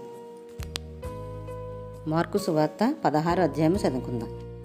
విశ్రాంతి దినము గడిచిపోగానే మగ్దలేని మరియయు, యాకోబు తల్లి అయిన మరియయు, సెలోమేయు వచ్చి ఆయనకు పూయవలెనని సుగంధద్రవ్యములు కొనిరి. వారు ఆదివారమున పెందలకాడ లేచి బయలుదేరి సూర్యోదయమైనప్పుడు సమాధి యొద్దకు వచ్చుచుండగా సమాధి ద్వారము నుండి మన కొరకు ఆ రాయి ఎవడు పొర్లించినని ఒకరితో ఒకరు చెప్పుకొనిచుండిరి. వారు వచ్చి కన్నులెత్తి చూడగా రాయి పొల్లింపబడి ఉండుట చూసిరి. ఆ రాయి ఎంతో పెద్దది. అప్పుడు వారు సమాధిలో ప్రవేశించి తెల్లని నిలువుటంగి ధరించుకుని ఉన్న ఒక పొడుచువాడు కుడివైపున కూర్చుని ఉండుట చూచి మిగుల కలవరపడిరి. అందుకతడు, కలవరపడకుడి, సిలువ వేయబడిన నజరేయుడకు యేసును మీరు వెతుకుచున్నారు. ఆయన లేచి ఉన్నాడు, ఇక్కడ లేడు. వారు ఆయనను ఉంచిన స్థలము చూడుడి. మీరు వెళ్ళి ఆయన మీకంటే ముందుగా గలిలయలోనికి వెళ్ళుచున్నాడనియు ఆయన మీతో చెప్పినట్టు అక్కడ మీరు ఆయనను చూతురనియు ఆయన శిష్యులతోనూ పేతురుతోనూ చెప్పుడనెను. వారు బయటకు వచ్చి విస్మయము నొంది వణుకుచు సమాధి యొద్ద నుండి పారిపోయిరి. వారు భయపడినందున ఎవరితో ఏమీ చెప్పలేదు. ఆదివారం తెల్లవారినప్పుడు యేసు లేచి తాను 7 దెయ్యములను వెళ్ళగొట్టిన మగ్దలేని మరియకు మొదట కనబడెను. ఆయనతో ఉండిన వారు దుఃఖపడి ఏడ్చుచుండగా ఆమె వెళ్ళి ఆ సంగతి వారికి తెలియజేశాను. గాని ఆయన బ్రతికి ఉన్నాడనియు ఆమెకు కనబడిననియు వారు విని నమ్మకపోయిరి. ఆ తర్వాత వారిలో 2 ఒక పల్లెటూరికి నడిచిపోచుండగా ఆయన మారు రూపము గలవాడే వారికి ప్రత్యక్షమాయను. వారు వెళ్ళి తక్కిన వారికి ఆ సంగతి తెలియజేసిరి. గాని వారు వీరి మాటనైనను నమ్మకపోయిరి. పిమ్మట 11 మంది శిష్యులు భోజనమునకు కూర్చున్నప్పుడు ఆయన వారికి ప్రత్యక్షమై తాను లేచిన తర్వాత తన్ను చూసిన వారి మాట నమ్మనందున వారి అపనమ్మిక నిమిత్తమును హృదయ కాఠిన్యము నిమిత్తమును వారిని గద్దించెను. మరియు మీరు సర్వలోకమునకు వెళ్ళి సర్వసృష్టికి సువార్తను ప్రకటించుడి. నమ్మి బాప్తిసం పొందినవాడు రక్షింపబడును, నమ్మని వానికి శిక్ష విధింపబడును. నమ్మిన వారి వలన ఈ సూచక క్రియలు కనబడును. ఏవనగా నా నామమున దెయ్యములు వెళ్ళగొట్టుదురు, క్రొత్త భాషలు మాట్లాడుదురు, పాములను ఎత్తి పట్టుకుందురు, మరణకరమైనది ఏది త్రాగినను అది వారికి హాని చేయదు, రోగుల మీద చేతులుంచినప్పుడు వారు స్వస్థత నొందురని వారితో చెప్పాను. ఇలాగూ ప్రభువైన యేసు వారితో మాట్లాడిన తర్వాత పరలోకమునకు చేర్చుకొనబడి దేవుని కుడిపార్శ్వమున ఆసీనుడాయెను. వారు బయలుదేరి వాక్యమంతటా ప్రకటించిరి. ప్రభువు వారికి సహకారుడై ఉండి వెనువెంట జరుగుచూ వచ్చిన సూచక క్రియల వలన వాక్యమును స్థిరపరచుచుండెను. ఆమేన్.